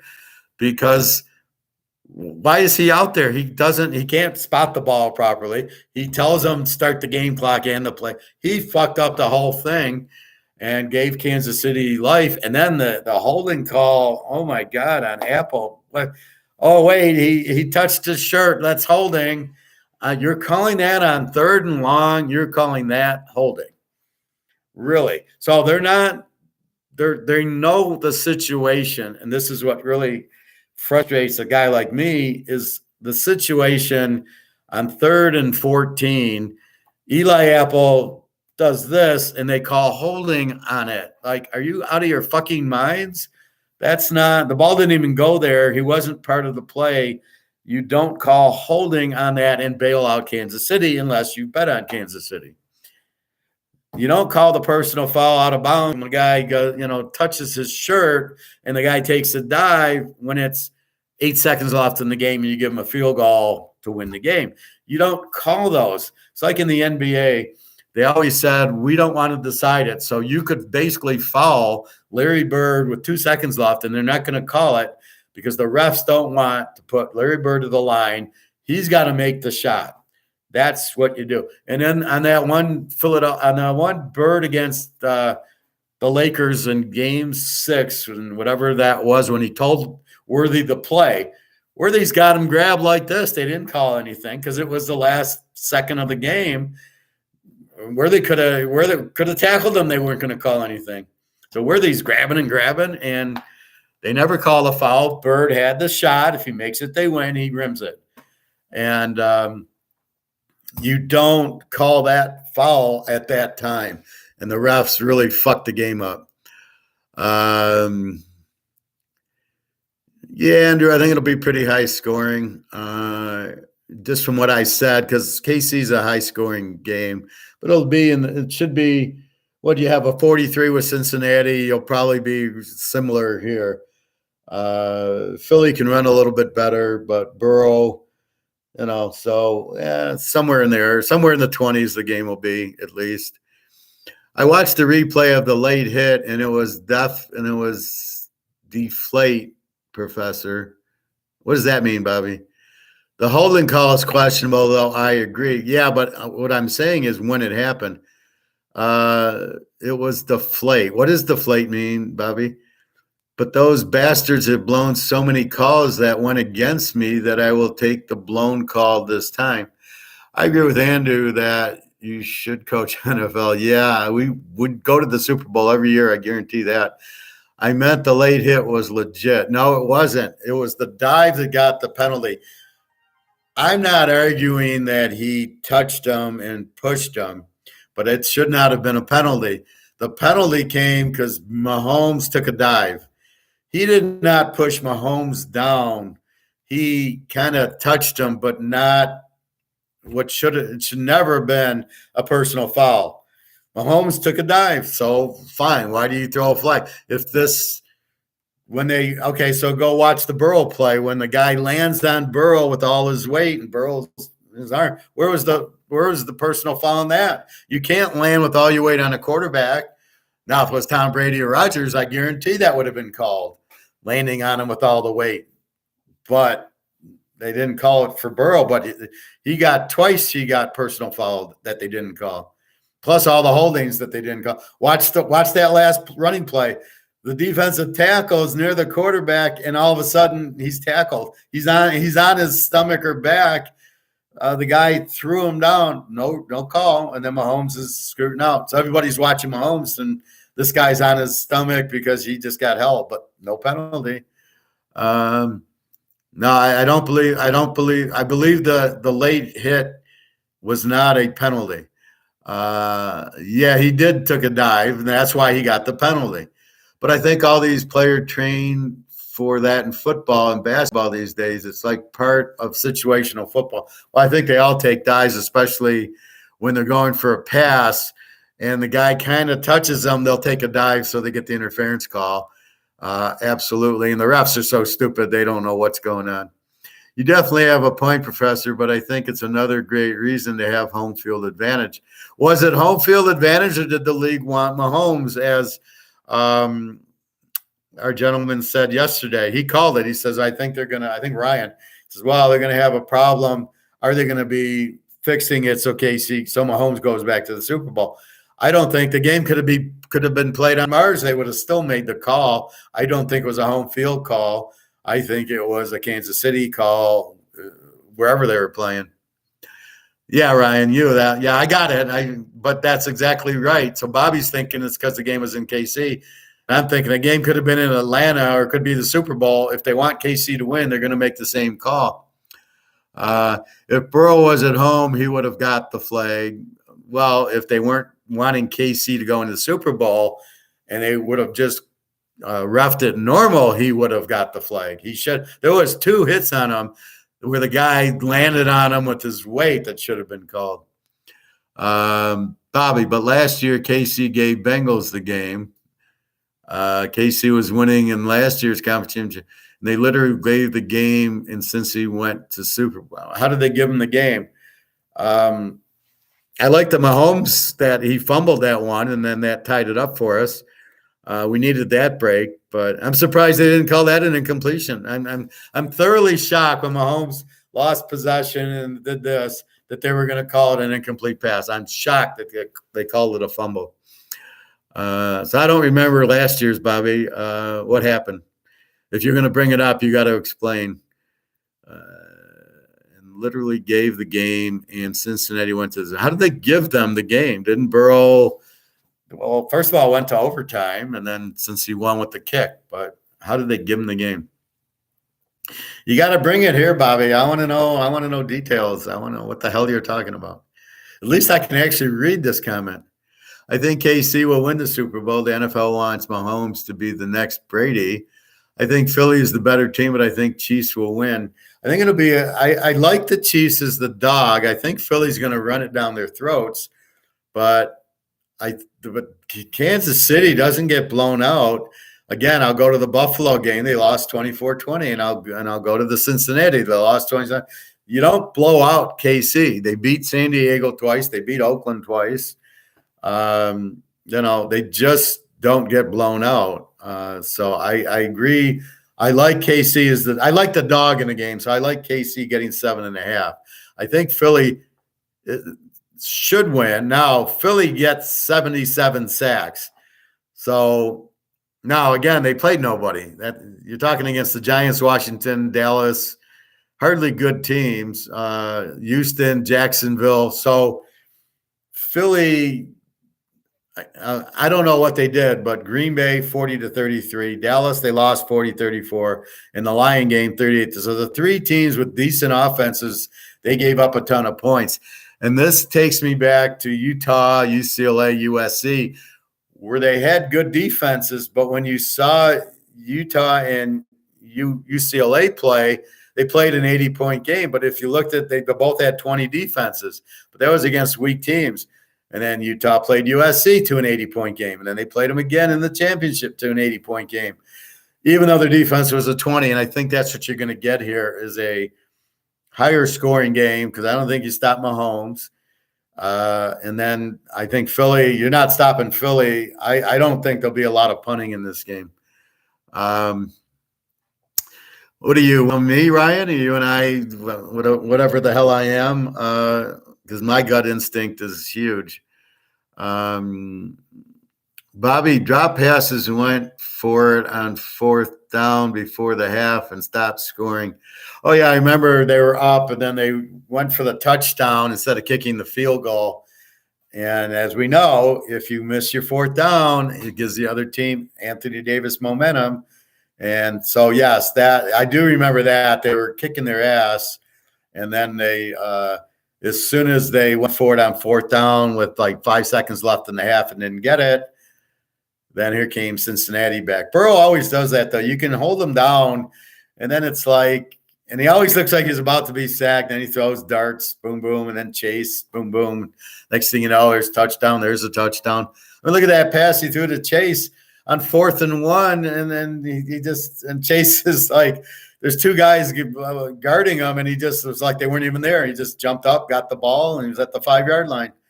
I would have thrown the ball to Chase 20 times because even if they're double teaming, as you see, they can't really double team him. He can do whatever the hell he wants.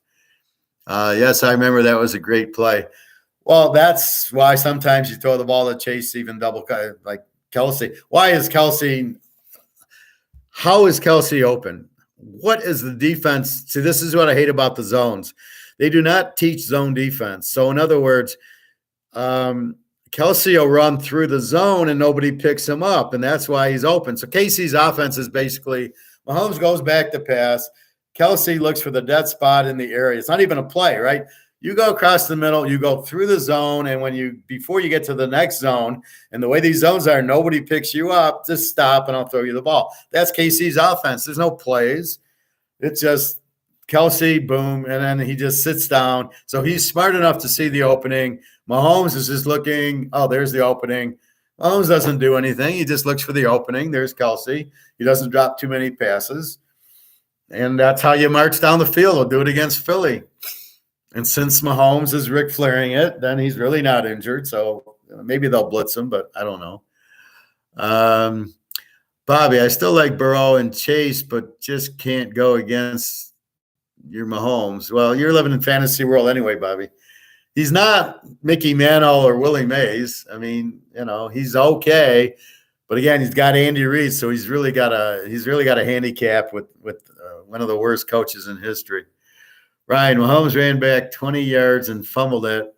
His lineman jumped on it, but looked like he was trying to give the game away. I'm talking about the end of the regulation in 2022. Oh, well, maybe. I'll have to watch that YouTube because they do that little 20 minutes. So let me watch that game for you guys. I know he runs around a lot, but it looked like he was trying to give it away. Last year. This year, he still ran a lot. Burrow will get to that level one day, but just not yet. Oh, he's at that level, Bobby. Are you kidding me? Burrow is Joe Montana. They didn't lose because of Burrow. He got, the offensive line could, look at the sack at the end. Who does Neil Smith line up against, or Chris Jones, whatever the fuck his name is? He lines up against 77. Bobby, I could line up against 77 and sack the quarterback. 77 couldn't block a high school guy. So I give applaud to Philly or whoever the fuck it was, KC, for putting their lineman on 77. What failed Cincinnati is they didn't recognize that and give the guy help because the guy couldn't block a 12-year-old. So that's the problem. So they were smart, and then Burrow had no chance. But he did rough Burrow when he landed on him, which should have been a penalty. And notice how Cincinnati, they got all the holding penalties. Not on Kansas City, even though the Cincinnati players were lying on their backs, trying to rush the quarterback. But I blame Cincinnati for not blitzing more. I would have had 6-man blitzes and made Mahomes run, which supposedly he couldn't do till the end of the game, and take a flop, which you can't do with a high ankle sprain. So that was, I blame Cincinnati for not really blitzing more because they would have knocked them down all day. But that's that. So let's break the game down. Here's Philly, and they have the most sacks. They have the best defensive line. Kansas City second. We know Mahomes is going to throw maybe chocolatey clear plays, but I doubt it. And if he does, he hasn't played in 3 months. He'll be good for 10 plays in the game at most. So then you got the guy from Rutgers. So you're going to rely on a guy from Rutgers, Paccio, as your running back. And then basically it's, if they don't double team Kelsey, I really am lost at how you let that guy go, because that's just ridiculous. But again, you can't. Okay, Coach Professor, I am not playing a zone against Kelsey. I'm playing him man on man. I might zone the other guys, Smith-Schuster, and I'm going to play man on man on the other, Valdez-Scantling, because you left him wide open all the time.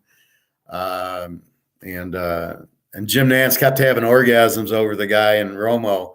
The 2 worst announcers in the history of announcing. And that's saying a lot, because you got Aikman and you got Collinsworth. You got just shit announcing. Greg Olson did the fucking Philly game. Like, where did they get this idiot from? But anyway, all right. Kelsey gets double teamed man on man, which means I am right with the guy, right? Whatever he wants to do, he wants to play basketball with me and block me out, or the basketball term, box me out. He wants to box me out. Well, there's going to be Junior here getting in his face. He's not beating me. That's the art of war. That's what New England used to do when they had a good coach, is they would take that away. And that's what Philly needs to do, is play him man on man and take him away. And then Mahomes will sit there and go, fuck, I can't throw to Kelsey. I don't have any other receiver. Oh, maybe Valdez-Scantling. Oh, wait, he's not available. What do I do now? Maybe it's the running back, or now we're going to force Ric Flair to run on his so-called bad ankle, which, he'll do. That's how you play Kansas City. And yet, what the fuck are these teams doing? Oh, I'm going to play a zone and let him pick me apart because he'll sit down in the zone.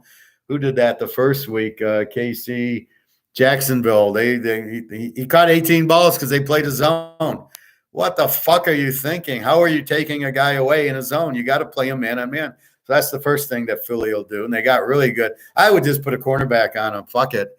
I would put they got a couple of, the guy from the Lions, whatever his name is. See, I think too fast. But I would play him, big play Slay. I would put Slay on Kelsey, and he won't catch a pass. I don't need him on Valdez-Scantling or on Schuster. Put him on Kelsey. He's the strength. You cut Kelsey off. You cut the snake off at the head, and then you blitz Mahomes, and they're fucked. But they won't do that because they're not smart enough to. And then KC can't run, and Philly with 77 sacks. It should be a nightmare. That's the only thing holding it, that I'm like, is it really going to go over? But Philly doesn't seem to play that good a defense against Aaron Rodgers and against the Lions and against Utah and UCLA. So against those type of teams, They don't really play that. So they're getting their sacks against the Giants in Washington and Dallas, teams that aren't very good. No, Dallas is not very good with Prescott. So against those teams, they get a lot of sacks. So you got to read between the lines. That's why I went to the Green Bay game. Even though Green Bay sucked at the time, it was 40-33. Rodgers was eating them up.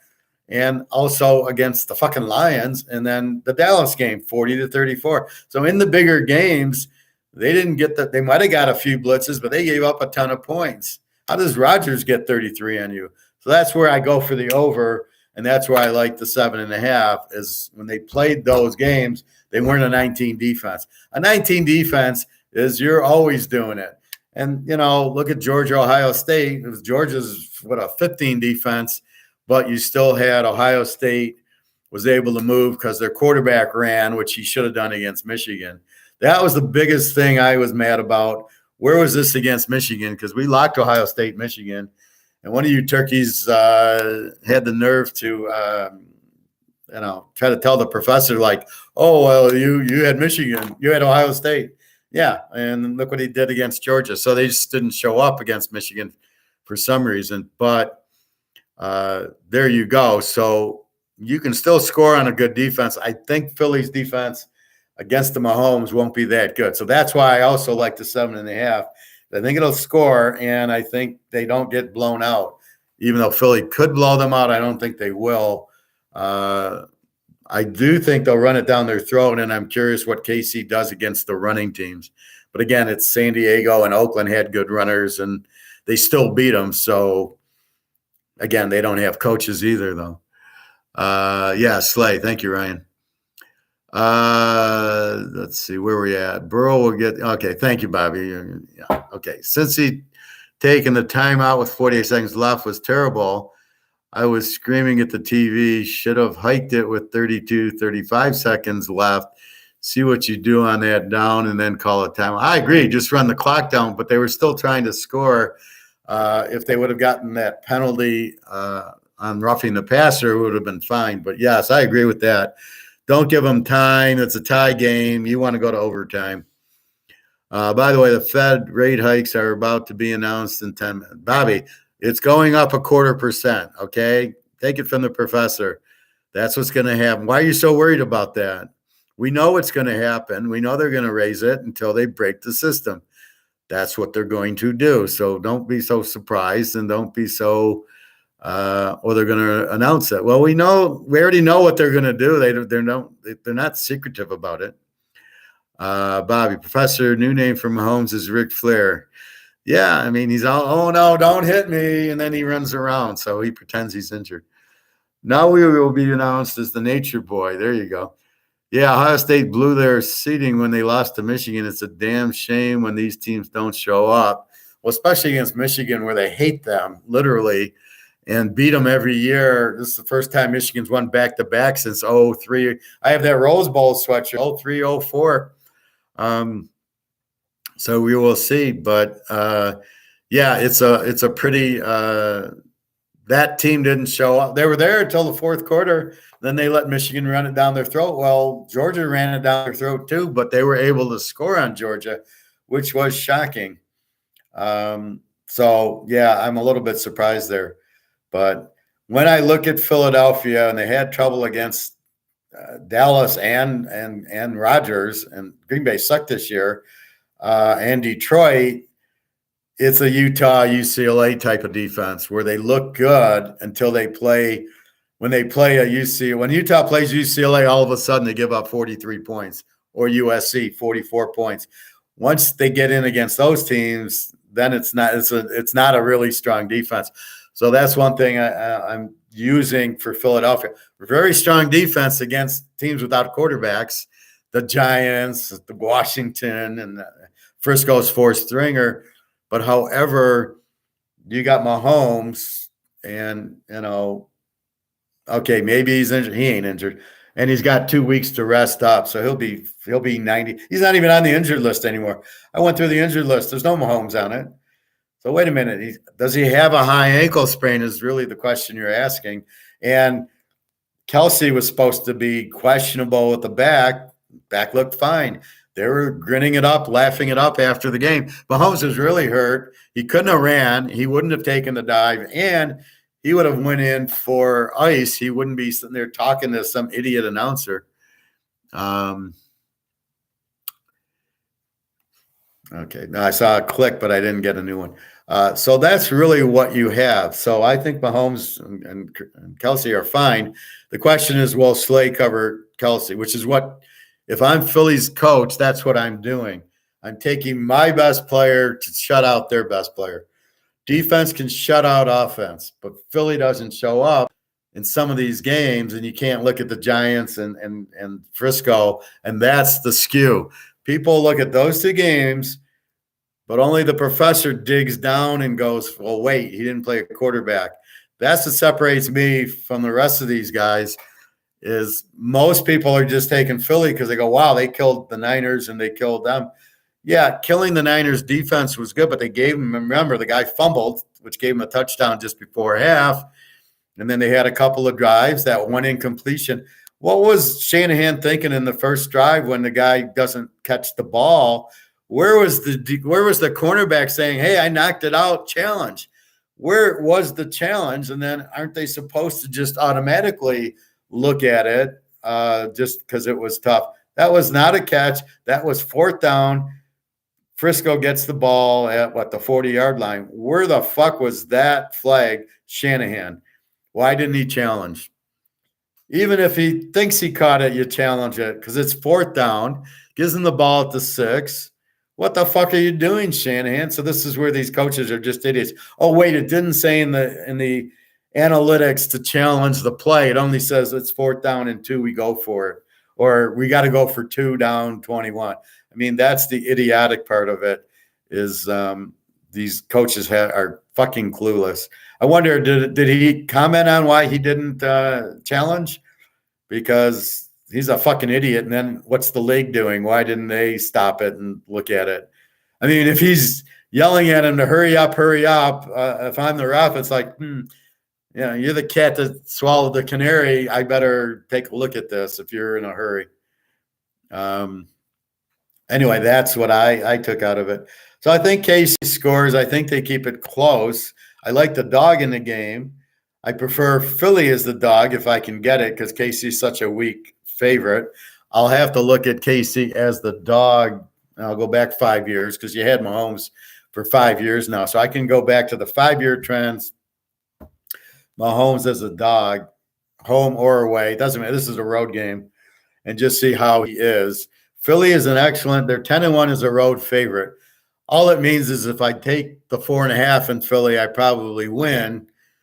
And the question is, do I want that or the 7.5 with KC? I think either way, it's probably a winner. I think it'll be a close game. I think it comes down to a field goal at the end. You're not going to stop KC and Mahomes. And I definitely 49-50. I definitely think it gets there because that's in the 20s.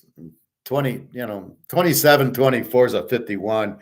In a teaser land, it gets you there. They're not stopping Philly with this defense. And they're not stopping Kansas City unless they put Slay on Kelsey. So they won't, because they didn't do it to Dallas. They didn't do it to Detroit. And they didn't do it to Green Bay. So that's my point. They will give up points with Mahomes. He'll score for you.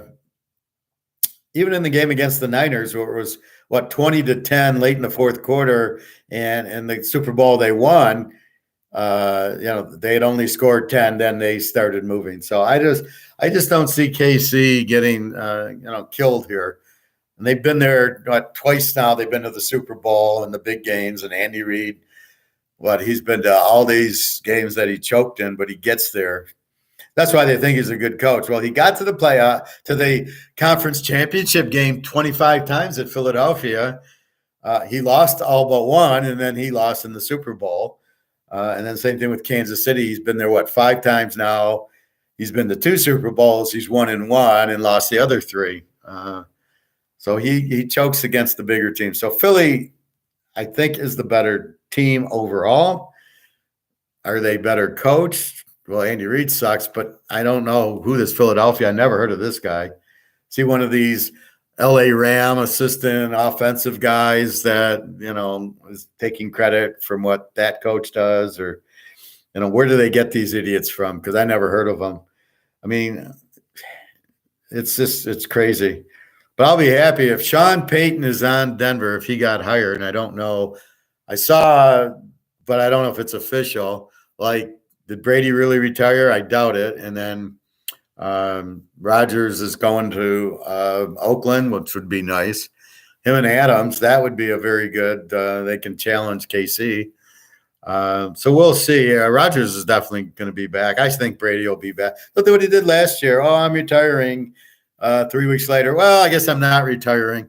So probably what he did was he thought he was going to go to San Francisco or Oakland. They didn't take him. So he says, okay, I'm not retiring.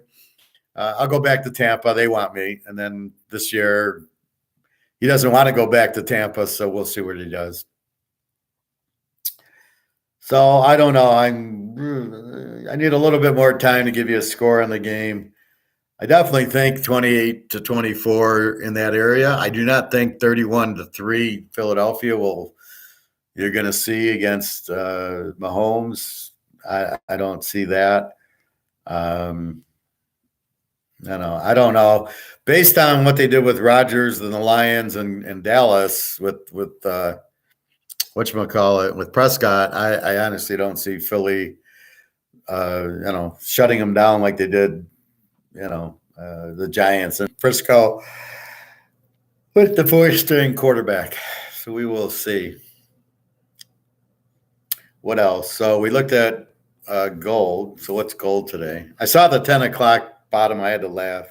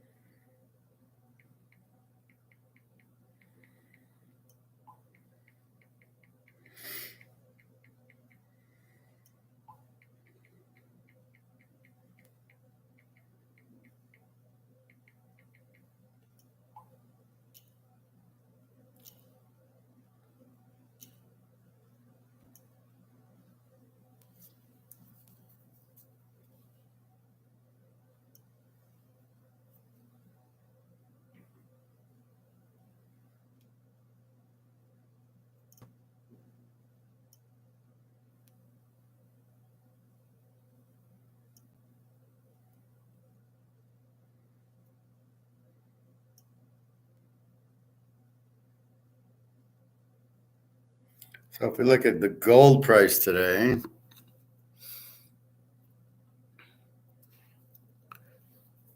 think it's in the low 19s, 1925.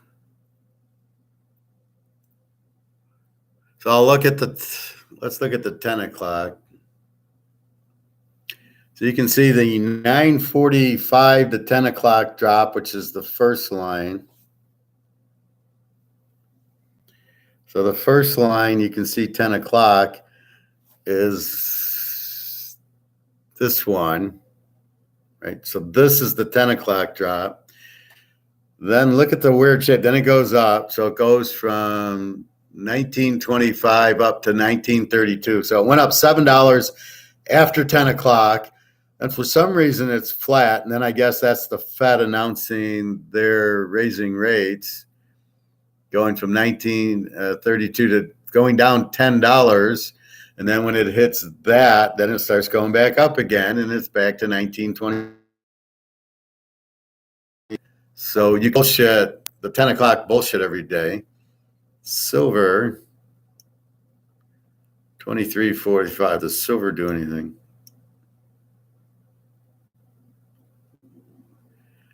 Silver, just out of coincidence, has the exact same thing where it dips at 10 o'clock and then it goes and does the little parallel and then drops and then goes up. So same bullshit. We know that's not an accurate price. 23.45 is Fantasyland. That's where it is.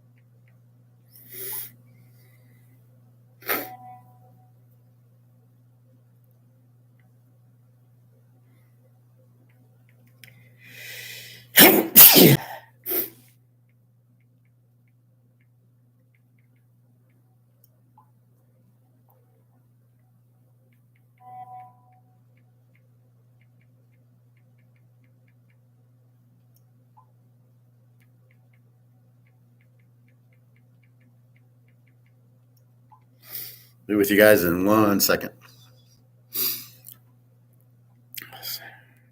She has internet and no light, so she's like able to talk to me now, but they'll lose the internet or they'll lose the light. I'm talking in the Ukraine.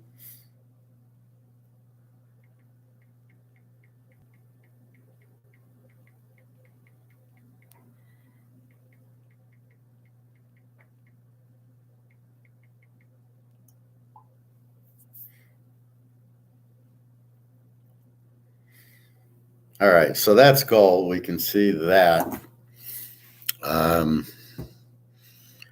So, Bobby, do they say they're lowering the rates? Well, let me go back to.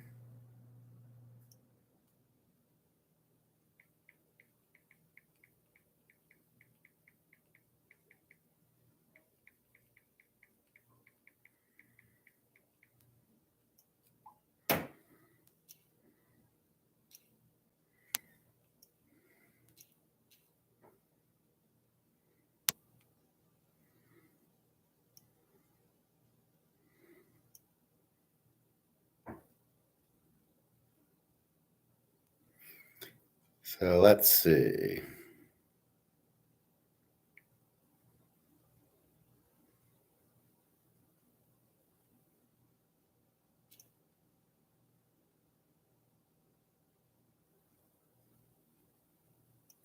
Did they do the Fed rate hike for you, Bobby, or what?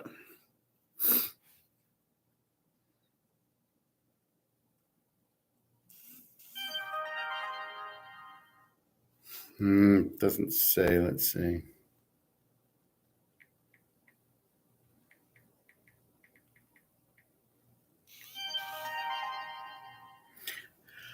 Oh, look, the Fed matched the economy with a 25.25% rate hike on Wednesday. The decision comes weeks after government reports show that inflation slowed in December, marking 6% of easing price increases. They don't even know what the fuck it is.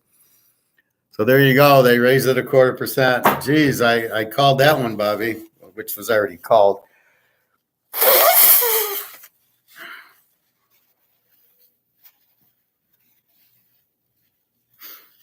All right. So, what does that affect you, Bobby, with the 0.25?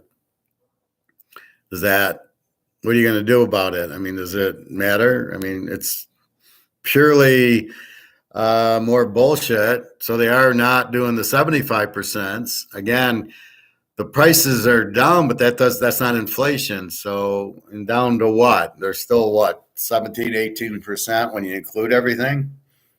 So I don't know. Anyway, that's what you have.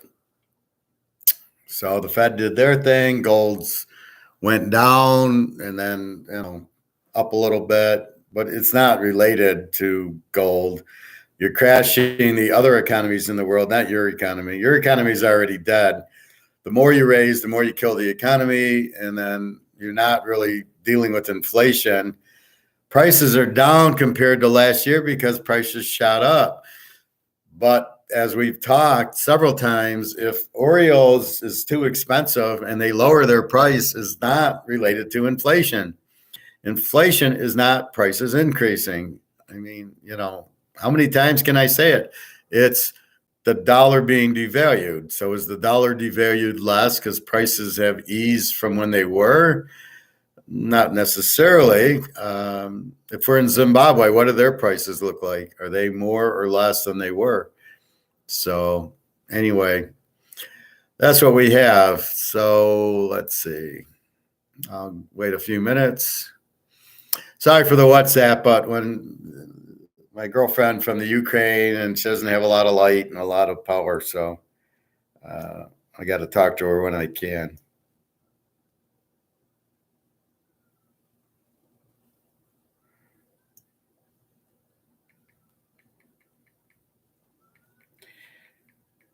So anyway.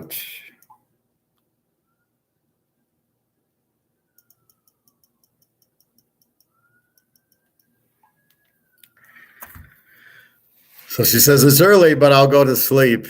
What else can I do? And it's like, yeah, because they turn the lights off on her, the government, the Ukraine, the utilities. Like they only have lights certain for a few hours, and they're like saving electricity and heat. And it's crazy there. So I will go probably in March to Europe when it's not as cold, and I don't have to worry about that. But I don't know if you're at a hotel, if you lose power also. Sounds like, well, that's what you do in a war. You save your electricity, but you wouldn't think you'd need to now. I mean, do they get their electricity from Russia or from somewhere else? Hard to say.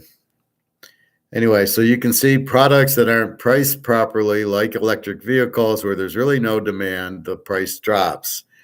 And there's kind of competition from China to Tesla to Europe.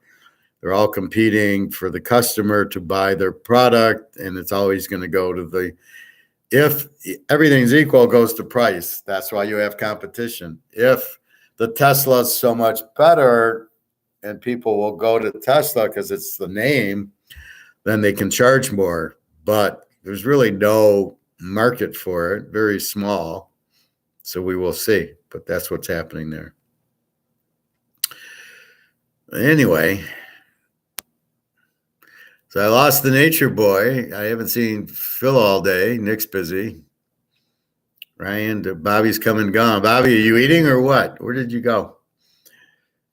All right. Well, I guess that's it. Have a good day. 0.25% rate hike.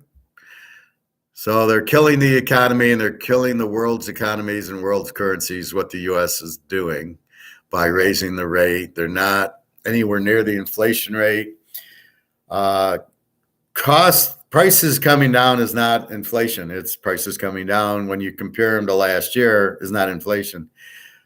Inflation is the dollar's worth less, and that's why things cost more. But if you raise the Toyota to $30,000, the Camry, and now you lowered the price to 25 because nobody's buying it, is not like, oh, well, the inflation is gone. No, the inflation's still here. It's not, that's just a bunch of bullshit. So that's a way they can kind of say, look, the prices aren't, they're not up as much as last year, but if you go back to a baseline. So let's say this. We'll go to Bobby's favorite. We'll go to Canadian Club. So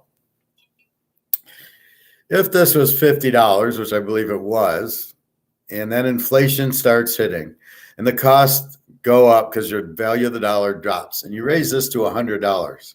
Now keep in mind, we started at 50, now it's 100.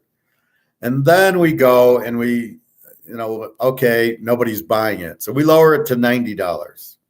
It started at 50, now it's 90. Now you say, well, look, inflation's down because it was 100. It didn't go to 110, it went to 90. That's because nobody was buying it at 100 because the market's at 50.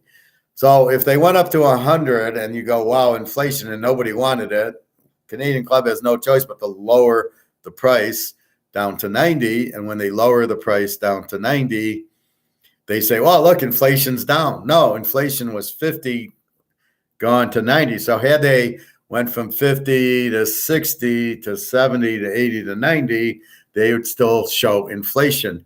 But since you went 50 to 100 and then down to 90, you go, oh, look, inflation's gone. Look, it's only 90. Well, it was 50. So in a Camry that I bought in 2018 for $22,000 is now down to, went up to 30. Well, wait a minute. They didn't go up to 24, 25, 26. They went up to 30. Nobody's buying it at 30. They got to come back to 25. Doesn't mean inflation's gone. It means they went over market and market says, no, we're not going to buy it. So they have to go back to market. That's what it means. So look at all the companies closing their door is a better look of inflation than what you have here. So just a case in point. So I don't see that at all. Inflation's down or that's the best way to measure inflation. It's a way to measure prices, but they're not related to inflation. They are in effect, they go up because the dollar's worth less, but that doesn't mean inflation's going down because you raised your price. Like Oreos went up to $5. Well, let's say they were $3. So now they're back to $4. Well, they're still over the $3. Or Pepsi and Coke. I mean, you went from $1.59 for a 2-liter to $2.99, and nobody wants to buy it. So you're going to lower it to $2.29. Doesn't mean that Coke and Pepsi are now the inflation's going away. Well, they're not going to keep the same pace and stay in business. So if the market for Coke, let's use my favorite. So if the market for this is the $50. Let's see, what was I saying? And then this goes to, okay, so if they go from 50 to 100 and people don't want it and the price drops, you still have inflation, but because you're over market, people don't want it. So therefore, had they went from 50 to 60, 60 to 70, 70 to 80, then you would have saw inflation, but I know the point I was going to make. So if you went from 50 to 100, sorry about that. So if you go from $50 to $100 because of inflation, because your cost just went up, you're not the next year going to make it 150. That was my point. So you're going 50 to 100, but how are they measuring inflation year over year? So now you're looking at the 100 and you're saying it didn't go to 150. Oh, inflation's down. Inflation went down to 90, therefore, look, inflation's down. Because now you're not comparing it to the 50 anymore. You're comparing it year over year. You're comparing it to the 100. And there's no way it's going from 50 to 100, 100 to 150. Just like the Camry is not going from 22,000 to 30 to 40. It's going from 30 back to 25 or 26 because it was 22. And they're not going to take another $8,000 price increase because nobody's buying it. The inflation is the interest rates, really. Where did you go, Mr. Bobby? All of a sudden, I look up, I got zero. I'm like, well, what do I do? And I said, fuck it. So I saw the quarter-point rate hike, as I told you would happen. So what do you do with that information, Bobby? You're all excited at the Fed rate and everything, but what does it mean? We know it's going up because because we understand the why. They're trying to crash the economy and all the other currencies. They're not trying to stop inflation, or they would have raised it from 5 to 10. But they can't because they'll crush the economy. So what do? Crush the dollar, crush the economy. So they're crushing the economy is what they're doing. And then they'll blame Wall Street or whatever. The seats that will affect things. Oh, my God. Powell speaks after each rate hike. He doesn't say anything. You might as well listen to Mahomes and Kelsey. I mean, okay, what are you looking for? I'm telling you, he's going to keep raising rates, okay? So you can listen to the professor. Sorry for typos. You do a lot of typos. You obviously, I'll put it to you this way. You obviously have a very high IQ, and you think faster than you type like I do. and you make the mistakes because you're thinking of the next few words, and so you're trying to get to them, and you're putting in letters that are attached to the new words. So anyway, I had to take Jenna's text. She said they're about to lose light, and she has internet now, but she won't have it again. So she's going to sleep, even though it's early. It's only like 8 o'clock there, 9 o'clock there. She says, but there's nothing else to do. Everything without the lights is closed. So I said, don't worry, we'll go on a vacation soon. So she is looking forward to that.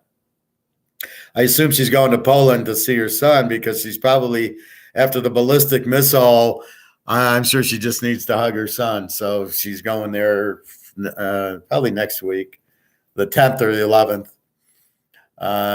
Yeah, I did. I told you that.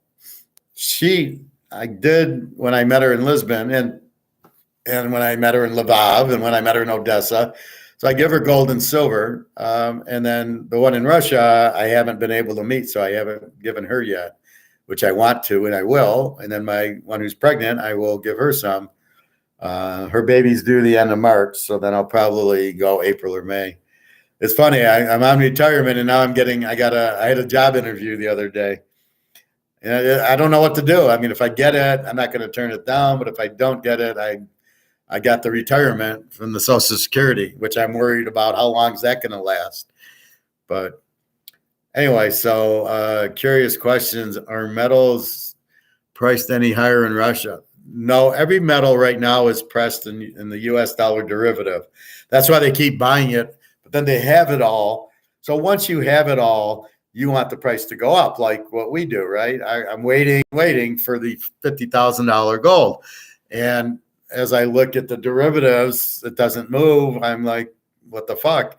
So that's my point. So I'm waiting for the price to go up, which it will once so that's why the Moscow and the Beijing gold exchange will put physical at the real price as the COMEX is blowing up.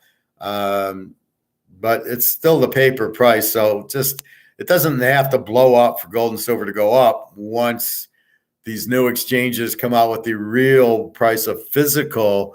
Then everybody will go, well, fuck, I'll go there and I can get 20,000 instead of 2,000. And that blows up COMEX anyway. So that's what we're waiting for. Or I lose track of the professors swimming. Well, I got a Ukrainian and a Russian. And then the pregnant one, who I'm her guardian angel, is in Romania, who's due in March. So there's 3, but the Romanian one's married. We're just best friends. But the girlfriends are the Ukrainian and the Russian. So the Ukrainian I meet because she can get out. The Russian, I can't meet her because I can't fly. U.S. can't fly into Russian airspace, and then therefore she can't get out of Russia. And maybe we need to meet in Turkey, but they raised the price to Turkey because all the people were avoiding the war going to Turkey, so they raised the price. So once it calms down, I'm thinking of meeting her in Copenhagen or Turkey or somewhere she can get out to that I can then fly to. But right now it's frustrating. But no, they have the same gold and silver price. Even Zimbabwe, what I read you in the beginning, I think you saw the Zimbabwe, you counted on the coin. It's still 1,800 or 1,900 there. I think it hit 2,000. It's still the American price, not the Zimbabwe price. So notice how they keep it down so they don't, because otherwise we'd all run to Zimbabwe to cash our gold and, oh, wait, I can get 50,000 here. So they keep the price the same everywhere as they price fix it, which is like the Kansas City game, right? So it's bad refereeing, but that's what they do. Because Zimbabwe's gold should be much, much higher than the derivative price. People are starving there, but when they do have money, they buy gold. So if you're buying gold, what the fuck? If you're buying the gold, why aren't you? Why isn't the price going up? There's huge demand. They're selling out, but yet it's still $2,000 an ounce. I mean, it doesn't make sense. They're not going off of economics. So that's where we'll be careful is the U.S. trying to keep the price down because they still want you in dollars. Once people realize this is useless, as it is, then they'll be spending it as quick as they can and buying gold and silver and groceries and everything else. So you literally will run to the grocery store to buy hamburger, steak, pig's ears, whatever. And then as you realize this is worth, you're going to buy more and more of it before the price goes up, because that's inflation is when this loses its value. So that's why they look at prices in the consumer, to say, oh, inflation's going down because the prices are down. And I don't know if you caught it, but what I was saying is this goes from 50 to 100 the first year when inflation hits. Now, how do they measure inflation? It's year over year price increases. Well, there's no way this is going from 50 to 100 and then from 100 to 150. They have to still sell this. If nobody buys it at 100, the price drops to 90 or 80. Is not inflation going down, because you're doing a year over year thing. You need to go back when this was $50. At the time it's 50 and now it went from 100 to 90. It's still inflation. You're not back to the 50, you're at 90. But if you compare 100 to 50, yes, it's huge inflation. But if you're doing 100 to 90 and you're saying, oh, look, inflation's going down, it's not. They're not going to go 100 to 150. They can't sell it, so they got to lower their price because their market is $50. So you raise the price to 100, the market says no, so you got to lower your price. But that doesn't mean inflation's going down. People will call that deflation because they'll say, well, look, the prices are going down, because that's not inflation. It's only about the money. It's not about the prices.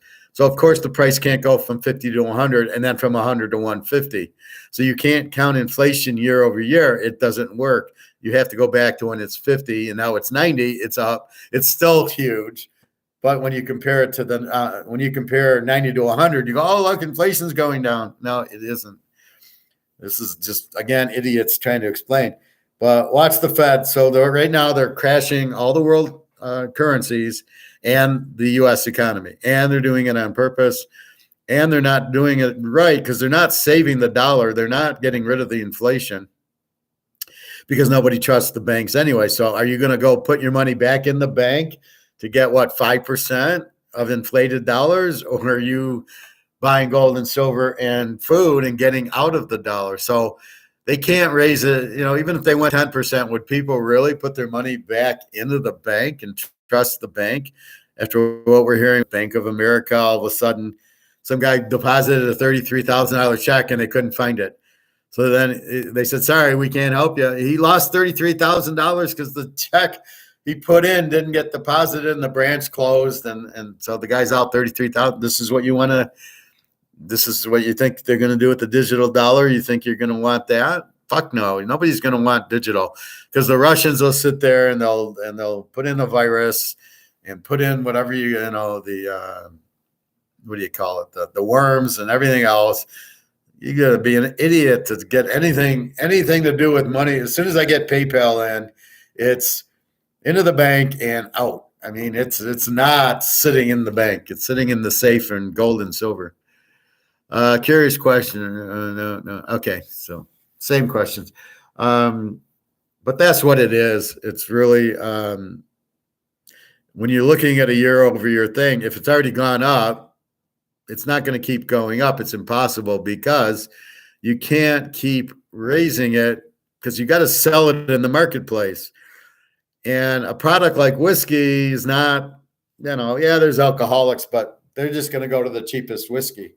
So if you raise the price at Canadian Club 12-year to 100, people just won't buy it. So then they have to lower it, which is going to affect these little inflation things, because, the prices are coming down. Of course they are. It doesn't mean inflation's going down. It just means the price of like a Camry is going down, but nobody's going to buy it. So it goes from 22 to 30. So for inflation to keep going the way these idiots are going it, it'd have to go to 35. Well, it's not going to do that, because they can't sell them at 30 because their market's 22. So it's going to go down to 28 or 27. Oh, inflation's going down. No, it isn't. The value of the currency is diminishing and going to zero. Certain products might go up, but over market, so they don't sell. So the companies lower their their price because we're in there to make profit. That's the whole point of a business. So Canadian Club or Toyota or whatever, Cheerios or Pepsi, they can raise the price because the value of the dollar went down. But if they don't sell their inventory, they have to lower the price to sell the inventory, which is what they're doing. Does not mean that the value of the dollar has gone down, has gone up. It's not, it's still down. So you can't look at it like that. So you watch here, it's coming. The more they raise, the more nobody wants the US dollar, the more these currencies and Japan and China and Russia and the euros and Britain and Switzerland are all falling. Look at Sri Lanka, look at Pakistan, look at Zimbabwe. They're fucked. And they just, they go out of business. It's like, oh, we got too much debt because the US keeps raising. When they do this, all they're doing is raising the rate to banks. And that it doesn't really affect us primarily. So when this idiot raises the Fed rate to 0.25 more, it's to the banks. It's not to us. Now, if we have loans with the banks, where we get it is the credit card at Chase now raises it 0.25% on the interest. Or if we go buy a car, the interest is up. That's the inflation. But by raising the rate does not raise the car rate and the house rate. That's strictly on inflation. So because he raises it, really should lower it, because what are you doing? You're actually strengthening the dollar supposedly by raising the rate, which should in effect lower the car loan and the mortgage, because now I'm more confident I'm not getting inflated dollars. And that's really what happens. So that's the point of it. You can't compare year over year for inflation when companies need to make profit. They've went up too much on their price, and they basically just have to eat it. They can't, So what's Toyota going to do? They raise the price to 30,000 that doesn't sell. What are you going to do? Well, you're going to lose money because you need to sell your car. So I was talking to the guy in the hot tub, and he's like, "Oh, all the orders for these electric cars or GM and Ford, they're all filled. They're all filled at the time of the order." I'm like, "What are you talking about?" I bet you if I go to a used car, if I go to a Ford dealer, which I will never go to, but if let's say I went to one, I guarantee you he's got cars he's trying to get off his lot. You can't tell me all his cars are sold. Maybe certain electric ones that are being asked for that they're making are sold, but maybe that's what they're doing. They're only making cars that are being asked for. And then what's their sales? 5,000 cars. So every car gets ordered has got a buyer, but they're not make 100,000, then they'd be sitting on the lot. So that's what I think this guy's talking about is you order the car and then it comes. That would be my point. Anyway, any other questions, comments? Ric Flair, Mahomes, Super Bowl, gold. So gold did a nice 10 o'clock, 11 o'clock, then this, and then, at the Fed announcement. Now, why does that surprise anybody? I sat there and told Bobby it was going up 0.25%. Before it went up, I knew it was going to. So it'll be the same thing the next time they have a meeting. It'll go up 0.25%. Do I eat popcorn? Of course. Normally in that pink bowl I put it in. Not anymore, though. I got a different bowl I put it in. But I'm glad I caught that mouse, and it's dead and it's gone. And I don't think I have more mice's. No, I cook it in a pot. I put olive oil in my pot. Get it heated. What the fuck? Atlatus, hör Sie herein.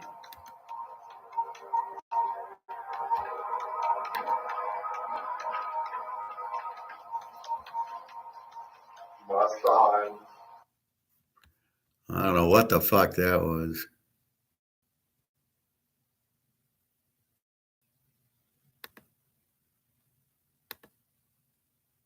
Okay. Anyway, no, I put it in a pot and I and I olive oil it. And then I put some kernels in, about 5, and then they cook, and then I pour in more. And then what I do is I put salt and butter and sometimes dark chocolate on it.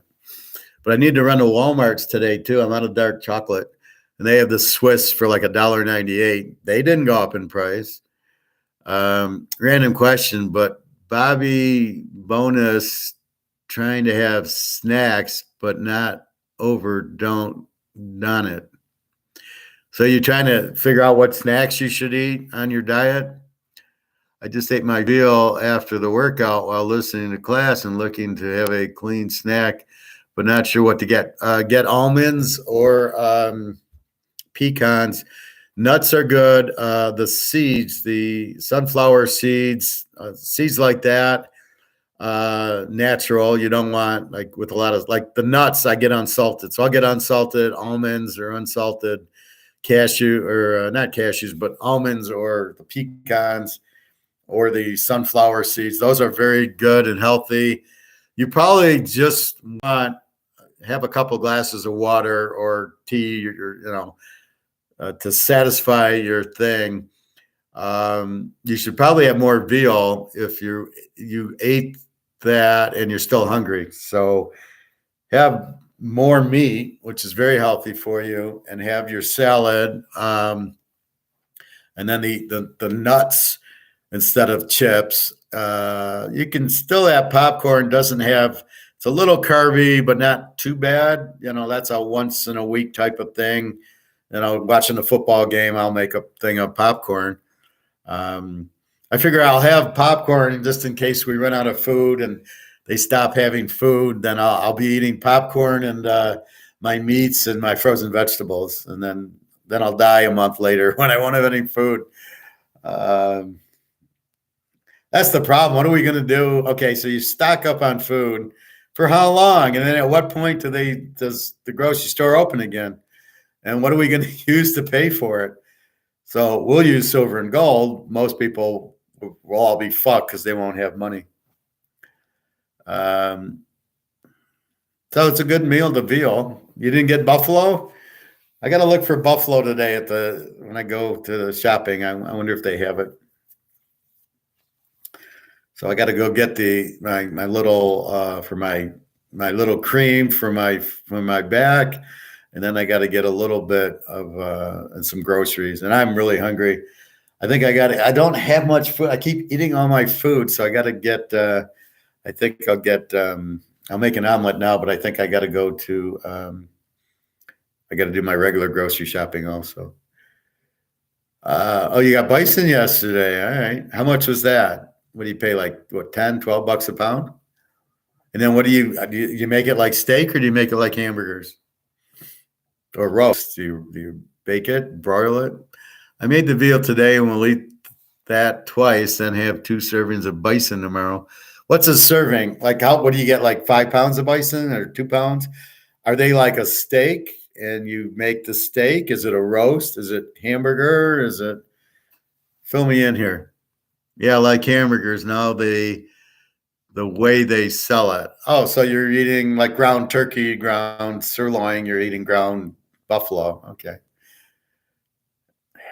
I want to get the slabs, but can't find around here.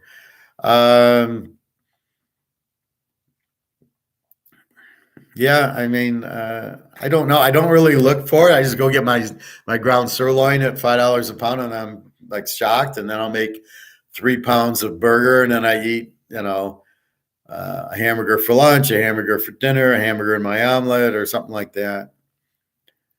I think the slabs would be preferable, but this does the job. Yeah. Well, it's healthy. Eating meat's very healthy, even though they think it isn't. It really is, because you're eating the protein, and you actually want fats. You don't want is sugar, and the carbs are loaded with sugar, so you don't want that. That's the key. There's a spot out here that sells exotic meats like ostrich and kangaroo. I don't know. I mean, the buffalo, I guess, as long as it's healthy and not a lot of hormones, it's probably all chicken anyway, right? I got the camel burger last time and duck breast. Well, duck I've had. Camel, how does it taste? But for me, I mean, what's the difference? You're eating a cow or you're eating a camel. Like, what difference vegetable or what difference mammal or fish do you eat really matters? The fish you got to look out for because they're on the ground, so you got to be careful with that. But otherwise, you just got to be careful with the ground stuff. You want them eating grass, not hormones, is what I'm actually trying to say. The duck breast was so damn good. Now that's just like chicken, isn't it? Except for you eating a duck. Do you play duck, duck, goose when you eat it? So interesting. You go off the beaten road from hamburgers, which is cow, to these other ones. But that's fine. I mean, ostrich and kangaroo, it's probably all tastes like chicken, and it's probably fine for you. Meat's meat, I guess.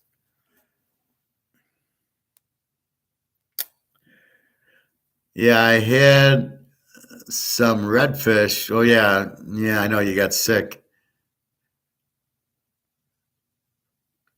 Well, I don't know if it's the fish or what they season it with. Well, you should eat what you like, but be careful of the seasoning. So, was the redfish the problem, or did they put it in certain sauce that didn't agree with you? So, I would go to the restaurant and say, I had the redfish. Do you cook all your fishes the same way? And if they say, yeah, then it's the redfish. If they say, well, we cook it differently with different ingredients, then maybe the ingredients got you sick. Duck is great, and also gator meat. Right? Gator meat, Wally Gator. It all tastes like chicken, doesn't it? So, what do you catch your own gators, or do you go to the grocery store for that one? I could see Bobby in the boat with the gun, seeing a gator, and just, hey, motherfucker, and just killing them, and then slicing them open and eating the meat, chopping off the head. That must be interesting, chopping off the gator's head and the tail so you get to the meat.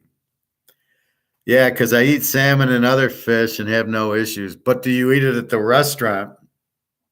So do they serve the salmon at the restaurant the same way they serve the redfish? Or did you get it from the butcher and you got redfish and you cooked it yourself and got it?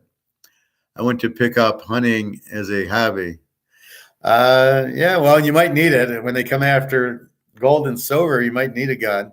I don't mean the government. I mean the other people when they want to survive. Stone Cold says he loves to hunt. Well, yeah, but he's Stone Cold. And I imagine when The Rock goes hunting, he's out there going, "Do you smell what I'm cooking?"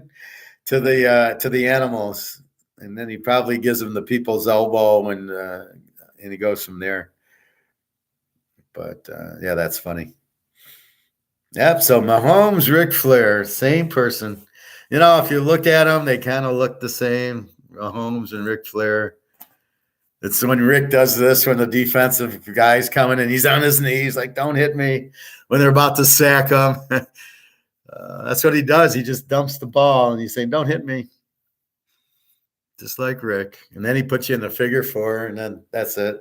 I keep telling him to go visit Putin and get him in a figure four to end the war, but he won't listen to me. Or we should go rob all his gold. Then the war would be over if we took his gold. You wouldn't have any money to throw missiles around.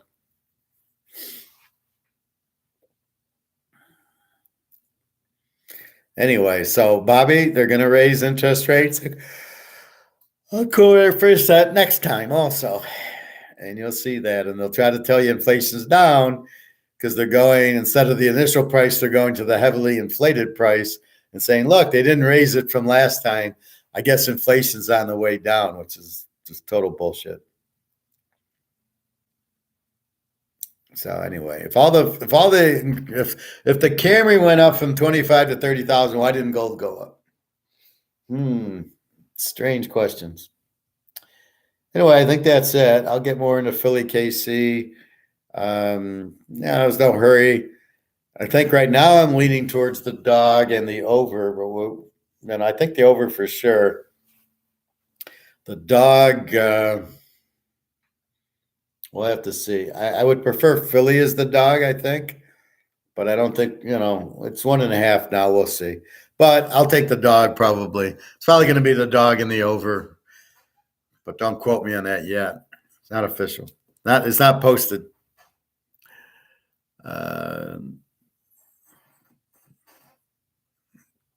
So what's Greenspan saying, Bobby? Are you in a way? Did you go to the meat counter? All right, I'm going to end it because I need to go get some food and eat and then get my medicine for my back and then hit the pool and make dinner and all that fun stuff. All right, everybody, have a great day. www.teaserking.com. I apologize. Sometimes I'm doing the WhatsApp with my girlfriend, but I got to do it because she's only on limited time because she's in the middle of a fucking war. So anyway, please forgive me about that. Anything else, www.teaserking.com. You can get my email and off we go. All right. Thank you very much. Have a wonderful day.